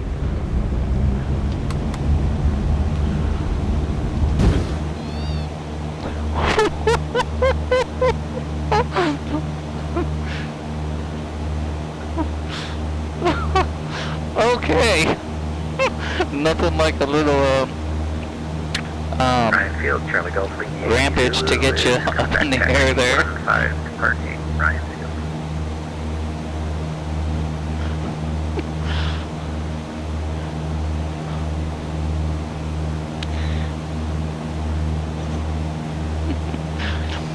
most certainly like one of those newfangled aircraft carriers. Just a little bit of a ramp there. I'm gonna have to make a note of that one. 8 Sierra 1. It was modeled an X-plane, so runway was almost unusable. I guess I can't say that. It could have been usable for a STOL plane, most likely. There is a sea base there just past the airport. We just kind of did that touch and, you know, catapult off of. I do want to get over to the east side of the lake.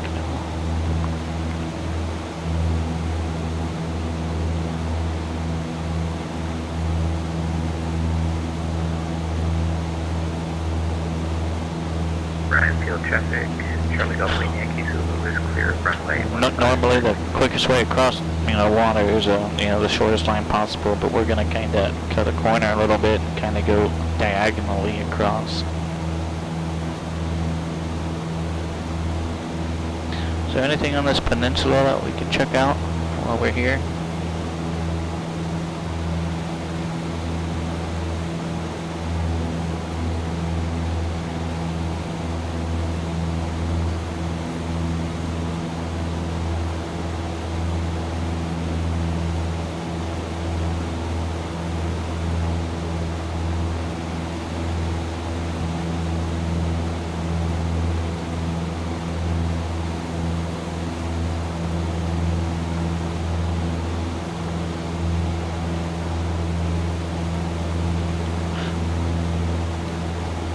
There's a couple little islands.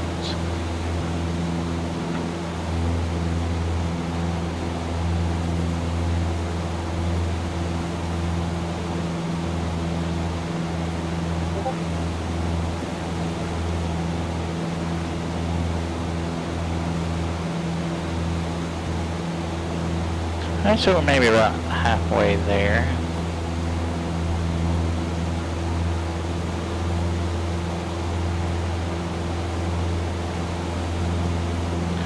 Probably should have taken the 172 XP today,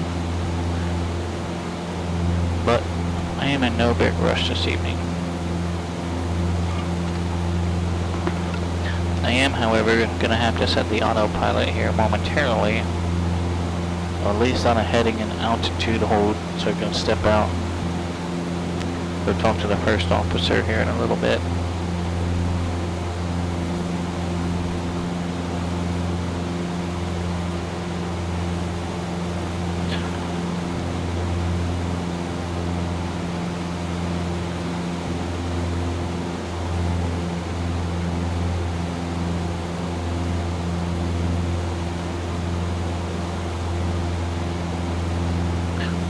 Looks like we've got some cloud ceilings coming up.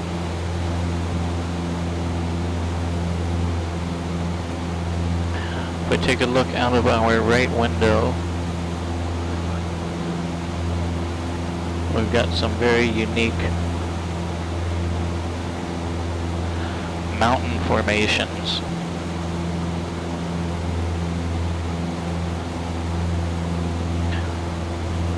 They're almost kind of symmetrical. It's pretty cool.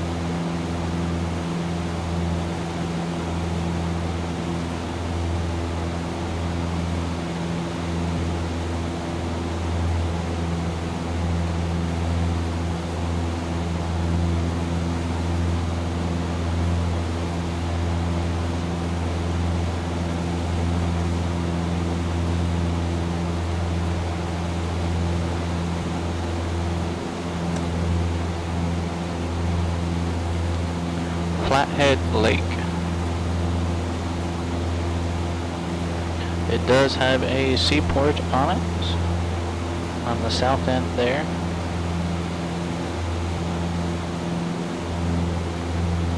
But I find those mountains are just really kind of unique looking, and it's kind of like it's almost symmetrical, almost like a sine wave going up and down.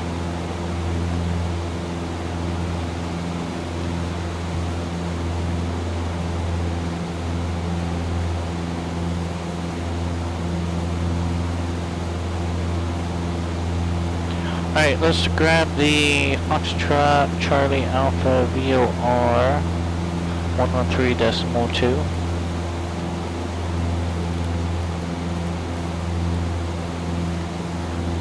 Let's head to there.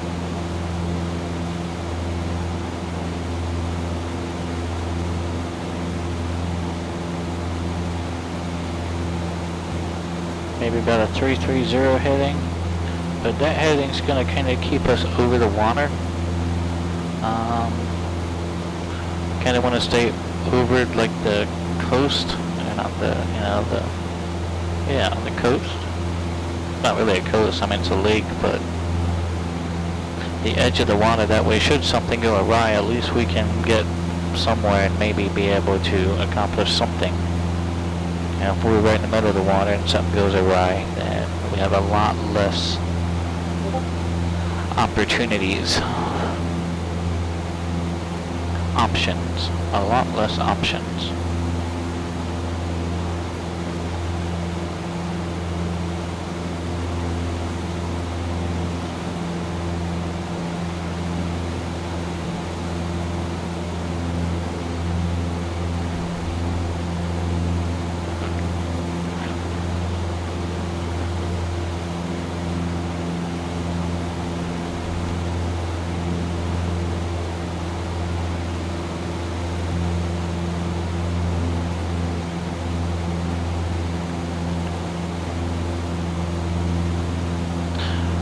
Alright, I'm going to set an altitude and heading hold.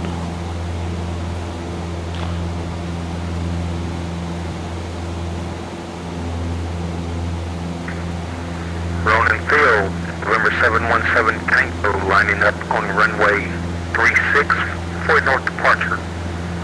Rono. Alright, so Felicity's holding our altitude and our heading.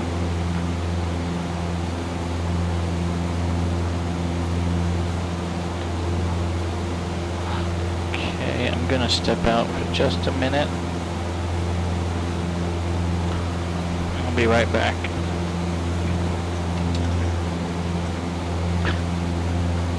Don't necessarily try this in the real thing. I do not recommend it.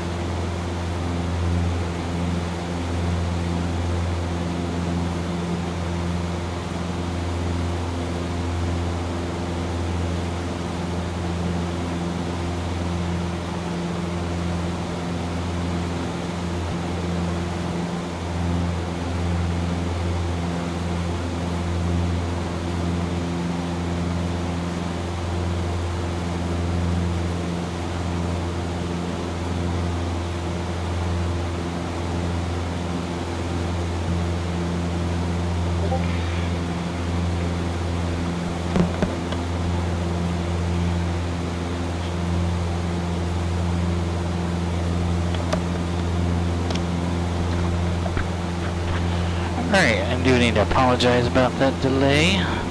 But where are we at here? We're just past the big water. Let's go ahead and take my plane back. Thank you.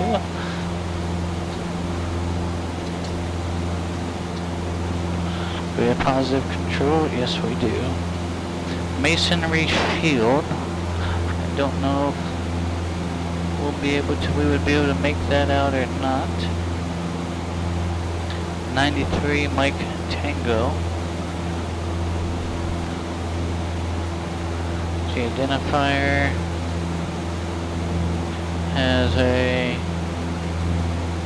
1331 runway, kind of a north-south runway. I wonder if that's it right there. Yeah, it's a grass strip. We probably wouldn't have been able to make that out.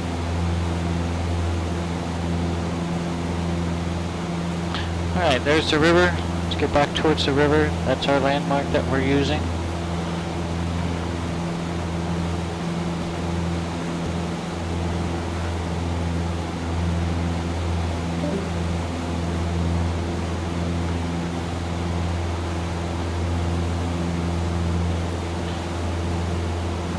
I'm still seriously debating on reaching out to somebody about that interaction.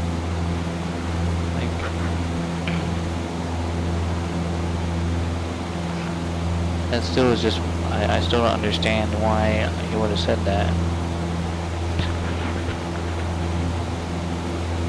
If you're in a class Delta, okay, it's a controlled field, well, particularly if the tower's operating during tower operating hours. It's a Delta, it's a controlled airspace.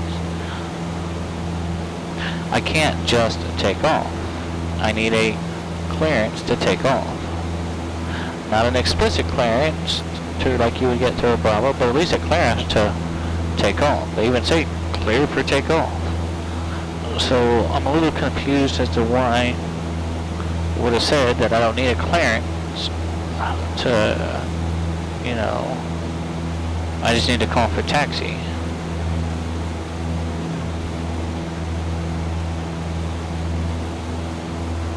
I'm just gonna chalk it up to a VATSIM-ism.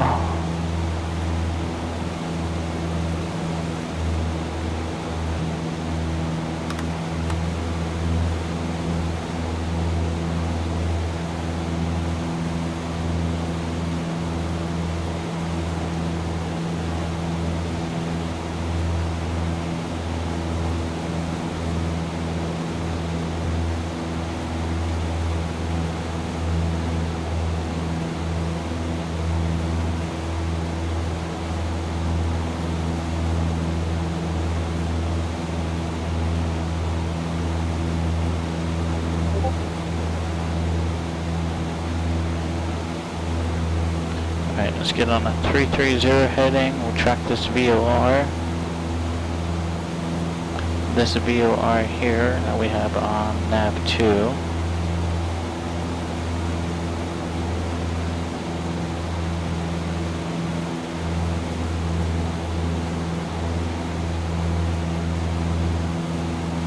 Class Delta.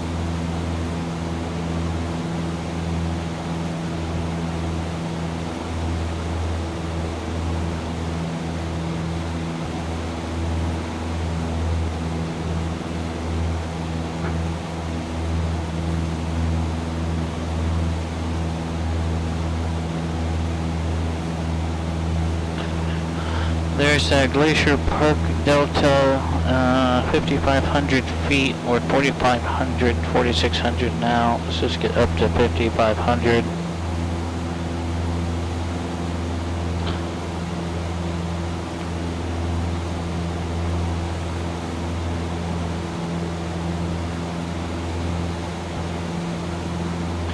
Actually, we can probably see if we can find this VOR first. Generally, we can actually see the VORs, so I'd be curious to see if we can find Callispel. Yep, and there it is right there. Look, coming just off of our right wing strut.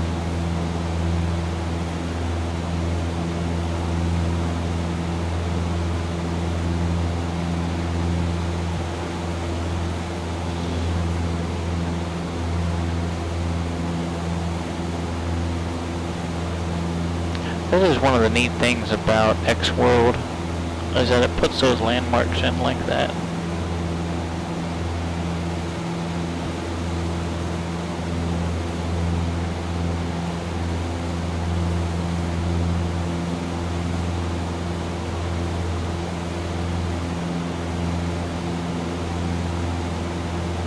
Nice little turn around the point there.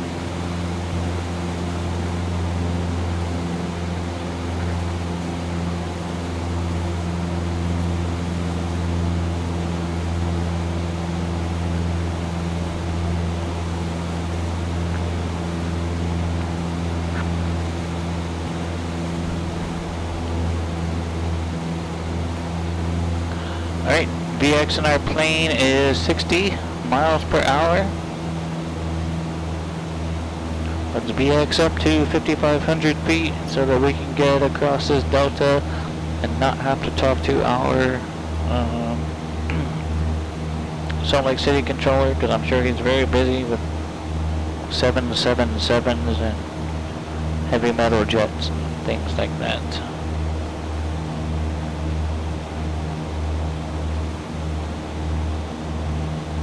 Don't want to bother him with our general aviation excursions.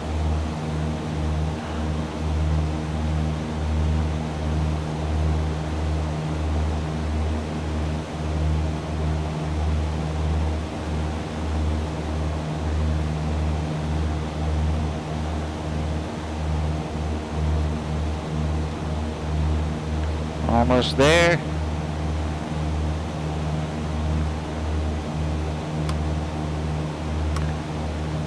Really?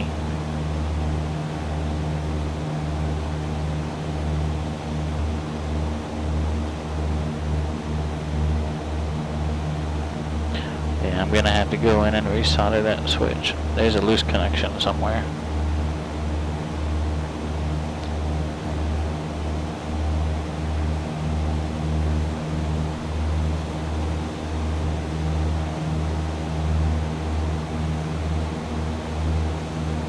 But Glacier Park is in sight. Looks like it would actually be a neat place to actually land at.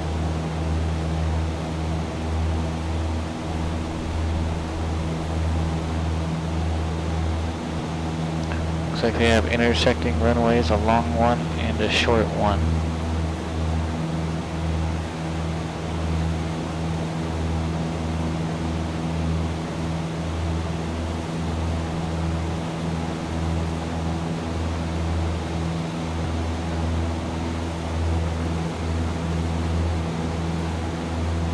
About 15 miles away, 20 miles away, something like that from Ryan.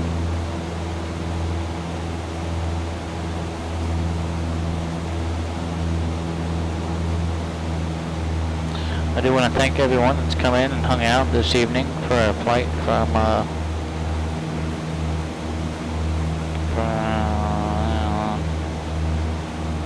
Missoula to Ryan Field for the virtual Ryan Field fly-in, which happens to coincide on the same weekend as the real-world Ryan Field fly-in.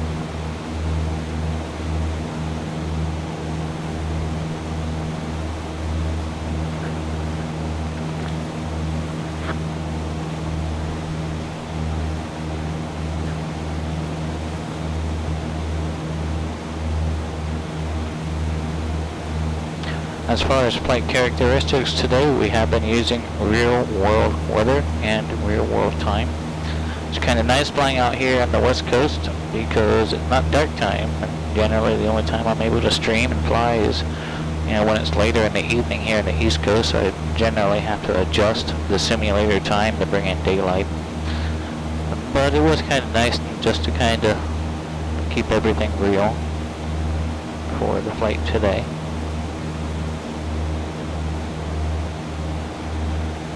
We are on Ryan's Field's Unicom 122.9. When about 10 miles out, I'll start making some traffic calls.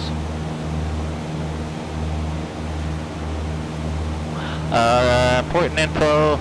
Generally, my M-Stein is runway 15 is preferred for takeoff and landing. Runway 33 goes downhill. It can throw off your perception a bit. overfly the field, do an inspection pass first. There could be gophers that have created dips and mounds. Could be animal, wildlife on the runway. There could be people on the runway. Announce your intentions thoroughly, but with brevity. You know, as you make your way in, the more thorough you are, you know, the better off.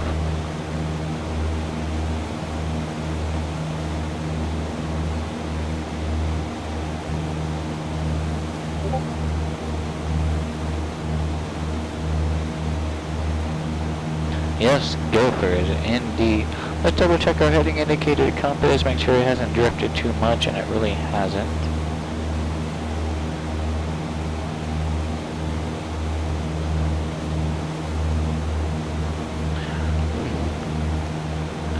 Absolutely, gophers on and in vicinity of airport, that is correct.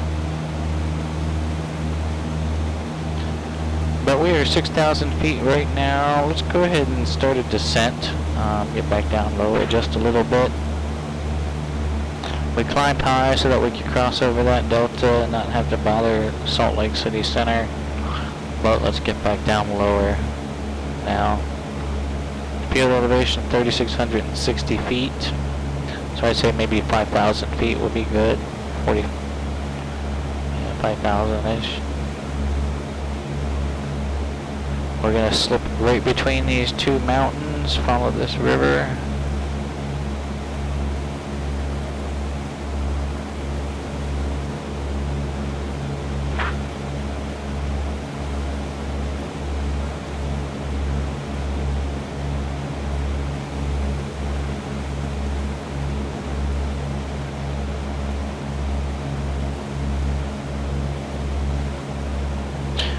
Ryan Field traffic, November Echo 33 Foxtrot. It's about 10 miles southwest of the field. We're going to be following the river up, and then we'll overfly the field, make an inspection pass. Ryan.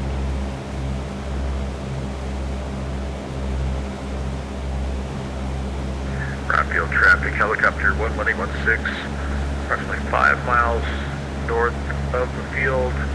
And we're going to be passing over Lake McDonald here. We'll report, we're going to also do a little inspection pass. Ryan Field. I know that helicopter. That is our good friend and fellow Virtual USA Flying Club member and Twitch extraordinaire, Melvin Leroy. If you're not following Melvin's channel, please go ahead and do so. Melvin Leroy.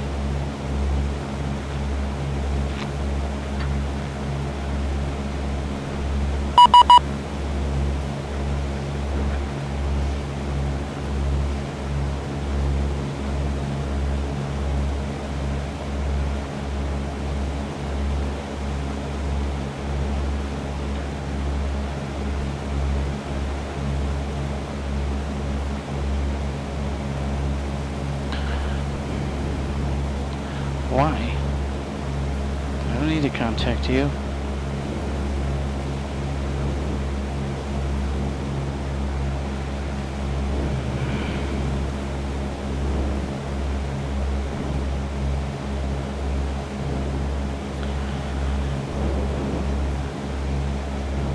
Jim. Oh, let's see what they say. United 1981, contact Denver Center down 128.32, so long.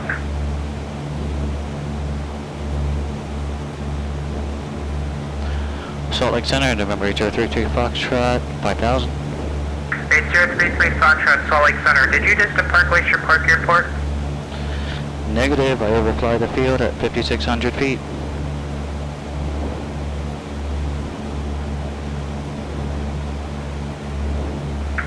Okay, just making sure. It looked like you went over the top of the airport. I went over top of the airspace, you are correct. Okay, thank you. Frequency change approved.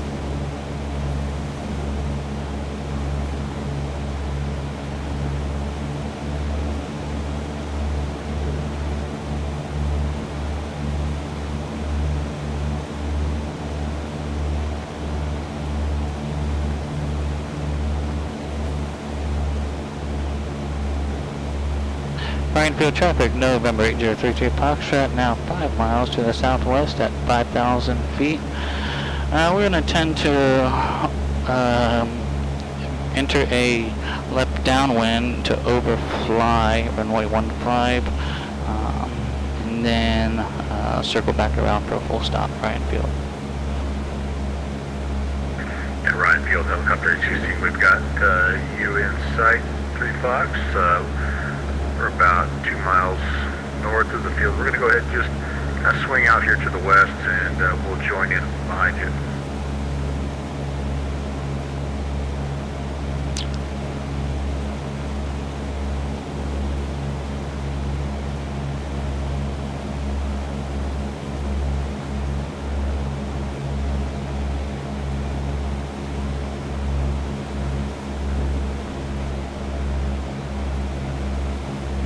Let's see if we can find this airstrip.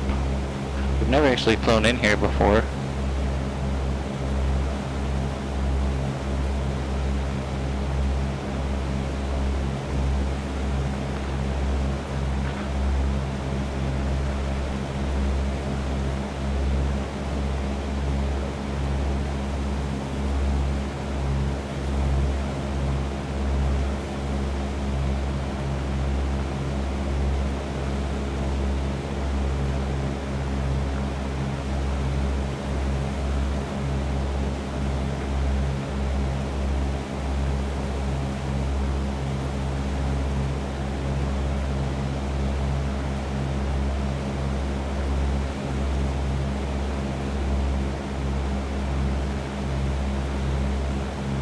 Alright, so we need to stay to the south of the US Route 2 and river kind of junction there. Field elevation is 3,600. JJ, that's correct. There was more strangeness. Like, I was fine. I was above the delta. I didn't need to talk to him.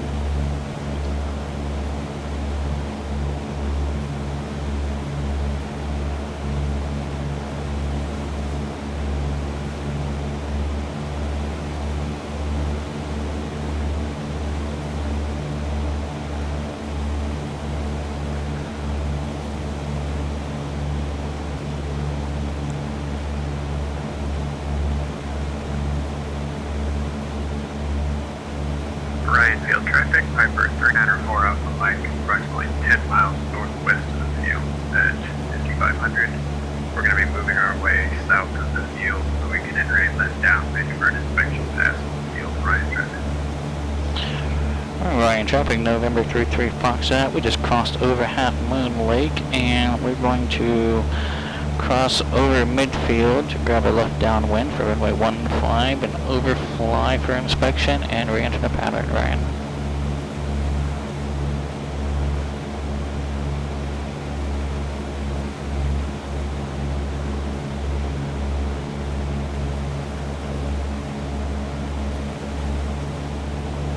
Ryan Field, helicopter 16 is joining the left downwind 15, we're behind the Cessna, Ryan Field.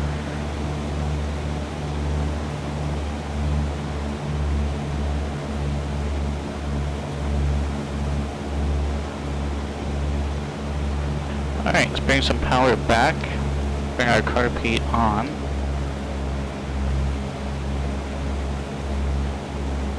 We are 4,500 feet.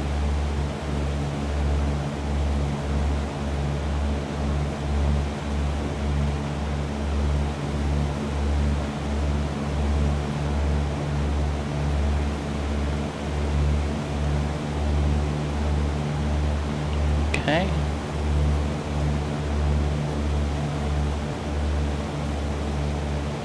Ryan Field, November 33 Foxtrot is crossing over midfield. You've got the left downwind 15. Overfly, Ryan.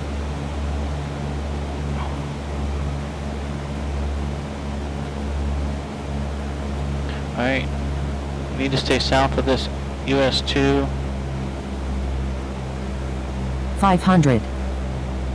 And river.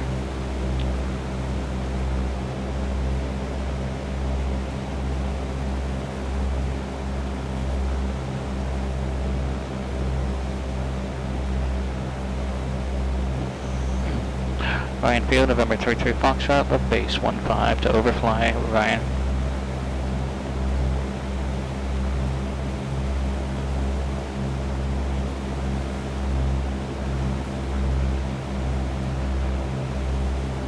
Ryan Field, the helicopter 16 has the traffic on base. We are now B midfield on the left downwind.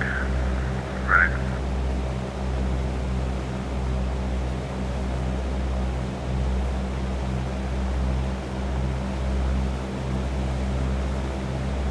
Midfield on the left downwind. Traffic.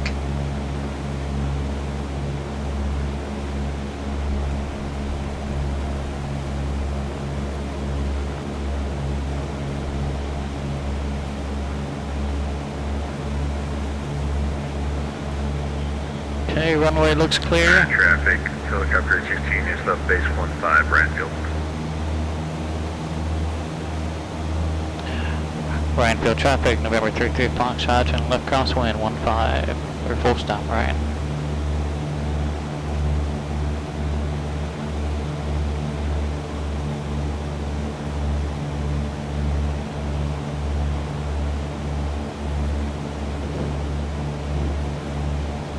Ryan Field, helicopter 16, final 15, inspection pass, and we'll stay in the pattern. Ryan.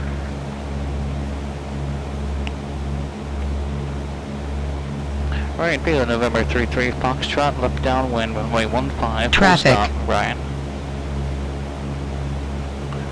And we do have that helicopter in traffic sight. Hello, Melvin. Hello, sir.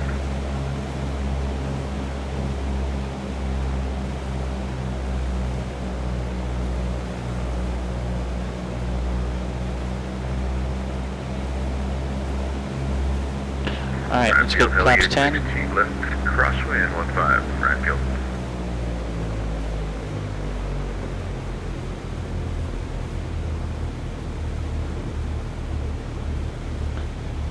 Let's go flaps 2.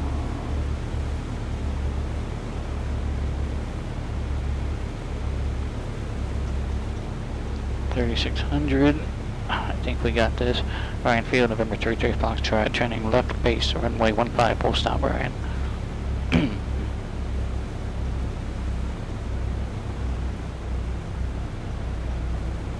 Ryan Field, helicopter 16, left downwind 15, full stop, Ryan. Flaps.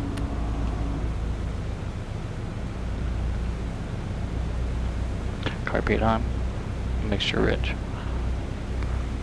Full flaps.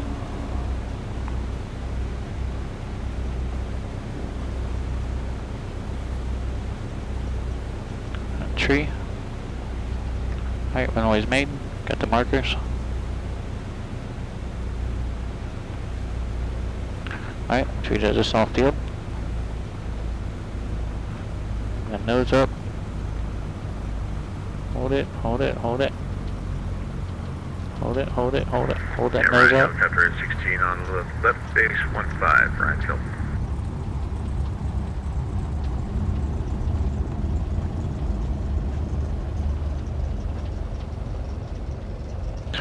Okay.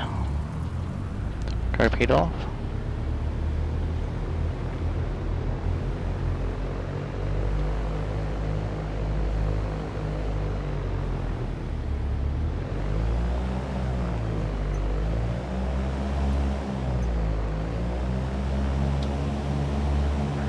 And helicopter 16 is turning final 15, Ryan Field. Ryan Field traffic, November 33 Foxtrot is clear of the runway 15, Ryan.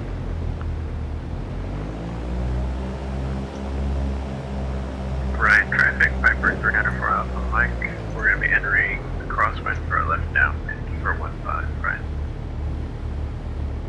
We have the helicopter traffic in sight. Just don't watch too close.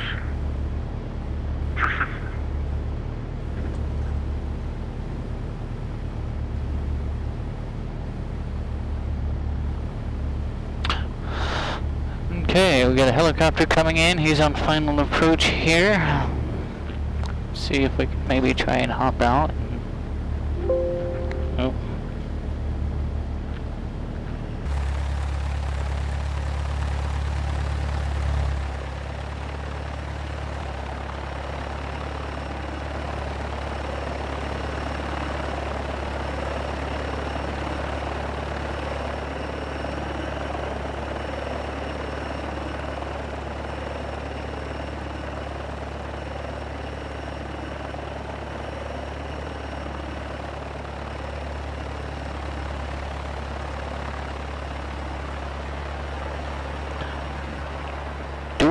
Do it now.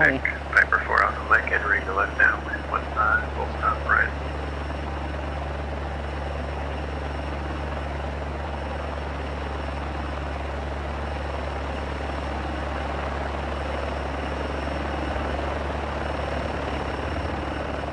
And right field.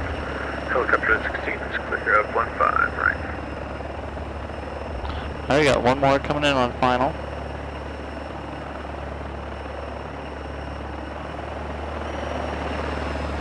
Turning base, runway 15, right traffic.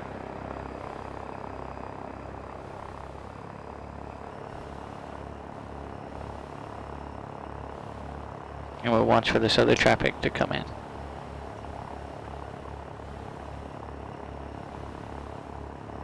Four Alpha Mike turning final 15, right traffic.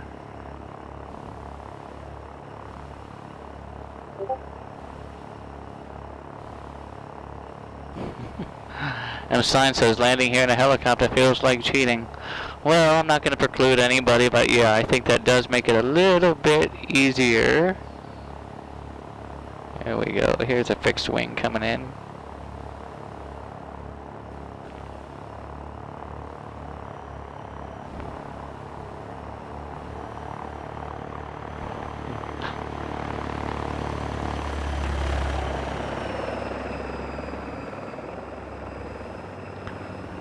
Oh no! Oh no!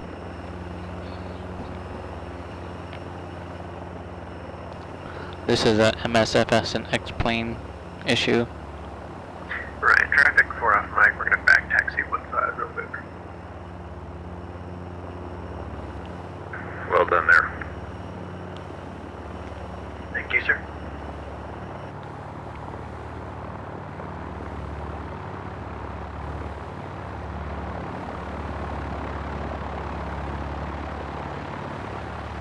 Alright, let's head back over to our plane.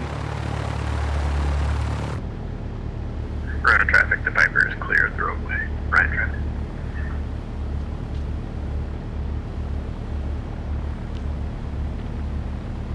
Okay.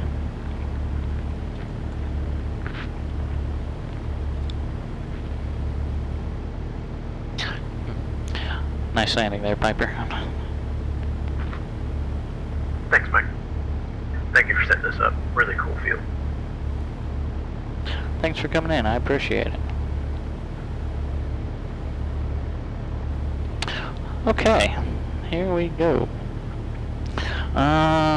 We did the landing stuff, so that's already done. After landing, flaps going up.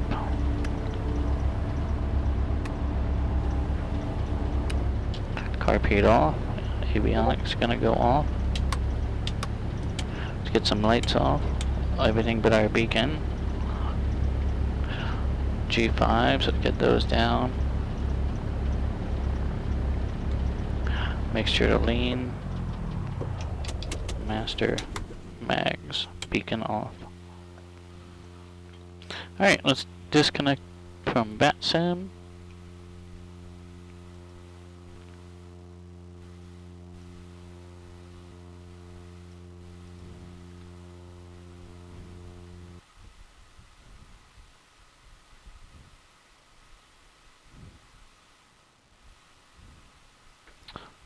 Okay.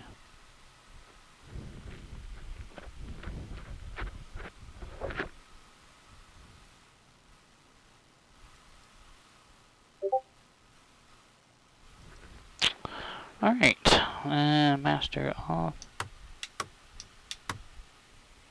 Park and brake on.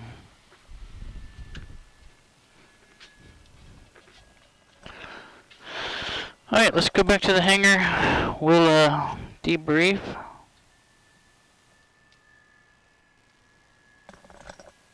And I'll see you back there.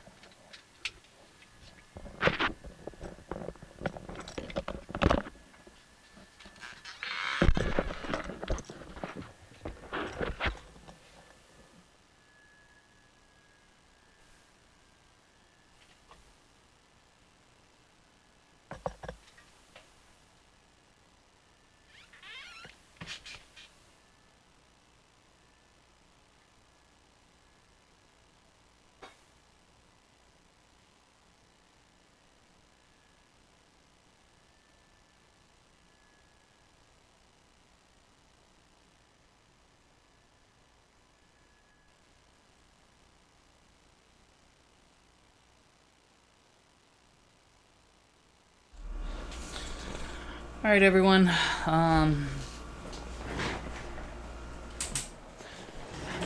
First and foremost, I do want to thank you all for coming in and hanging out for a bit this evening.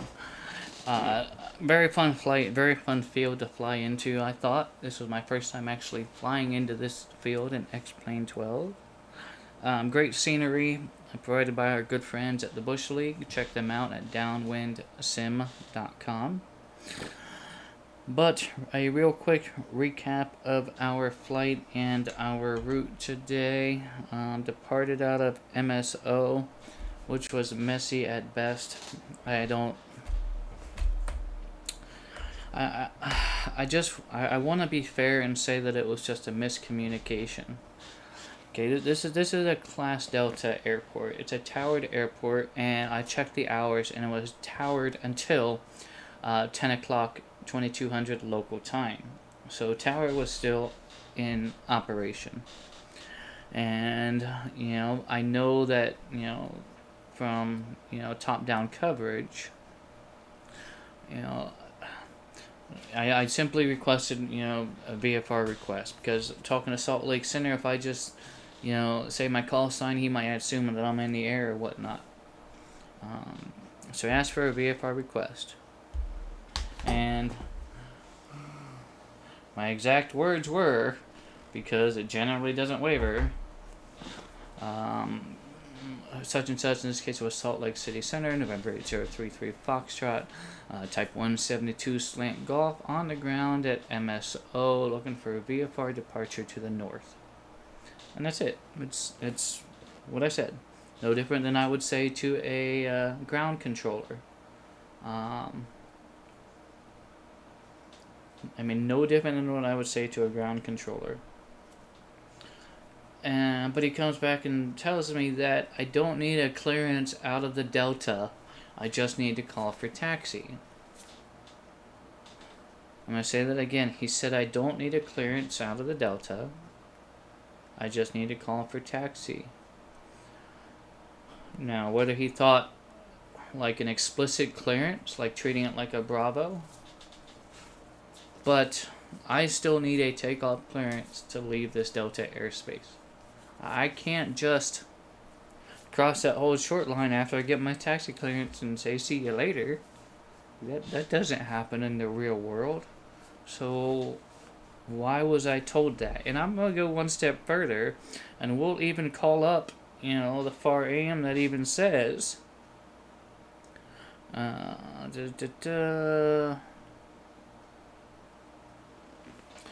the primary airport, departing flight from the primary airport or satellite airport with an operating control tower must establish and maintain two-way communication with the tower and therefore or thereafter as instructed by ATC while operating in the Class D airspace area. As instructed.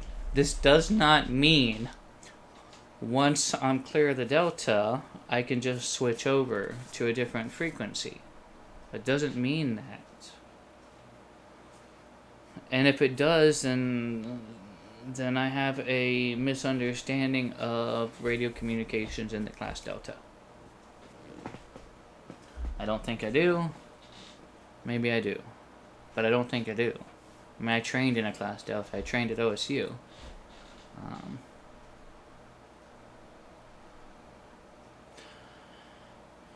But I'm going to need to look into, is frequency change on my own after I exit the Delta, or, because I still think they need to give me a frequency change approved. So, and then again, okay, after that fiasco, and after I was, 12 miles north of the Delta, asked to be, asked to change frequencies. I'm just doing my thing, making my flight up here. And I know this Delta's coming up. I even said we're 4,500 feet. We need to climb over 5,500 feet to cross over this Delta. That's what we did. Right after we did our turn around the point at Calypso VOR. Okay, that's what we did. And I get a contact me. And he asked if I just took off. This is the same guy that just cleared me out of. You know, this is the same guy that just cleared me out of Missoula. However you would pronounce it, Missoula. So no, I didn't just take off. No, I didn't even bust your airspace. I flew over the airspace. So that was the whole ordeal with Salt Lake Center tonight was a little bit frustrating for me. I apologize. But the landing at Ryan Field I thought was pretty good. I think everything went well there. So that being said, I do want to thank each and every one of you for coming in and hanging out a bit this evening. I hope you're all doing well and safe and continue to stay safe. Take care of yourselves. Take care of each other. I think that's very important nowadays. And that is it for me. So I hope you all have a wonderful evening. We'll see if there's somebody that we can go and raid. See who might be doing something.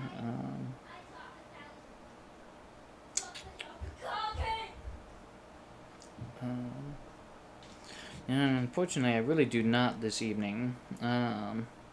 So we are not going to raid anybody currently. I am going to just bring it to a close. But again, thank you all for coming in. I do hope you all have a wonderful, wonderful weekend. If I don't talk to you beforehand, I hope to talk to you next week sometime. Have a good one. Take care, everyone.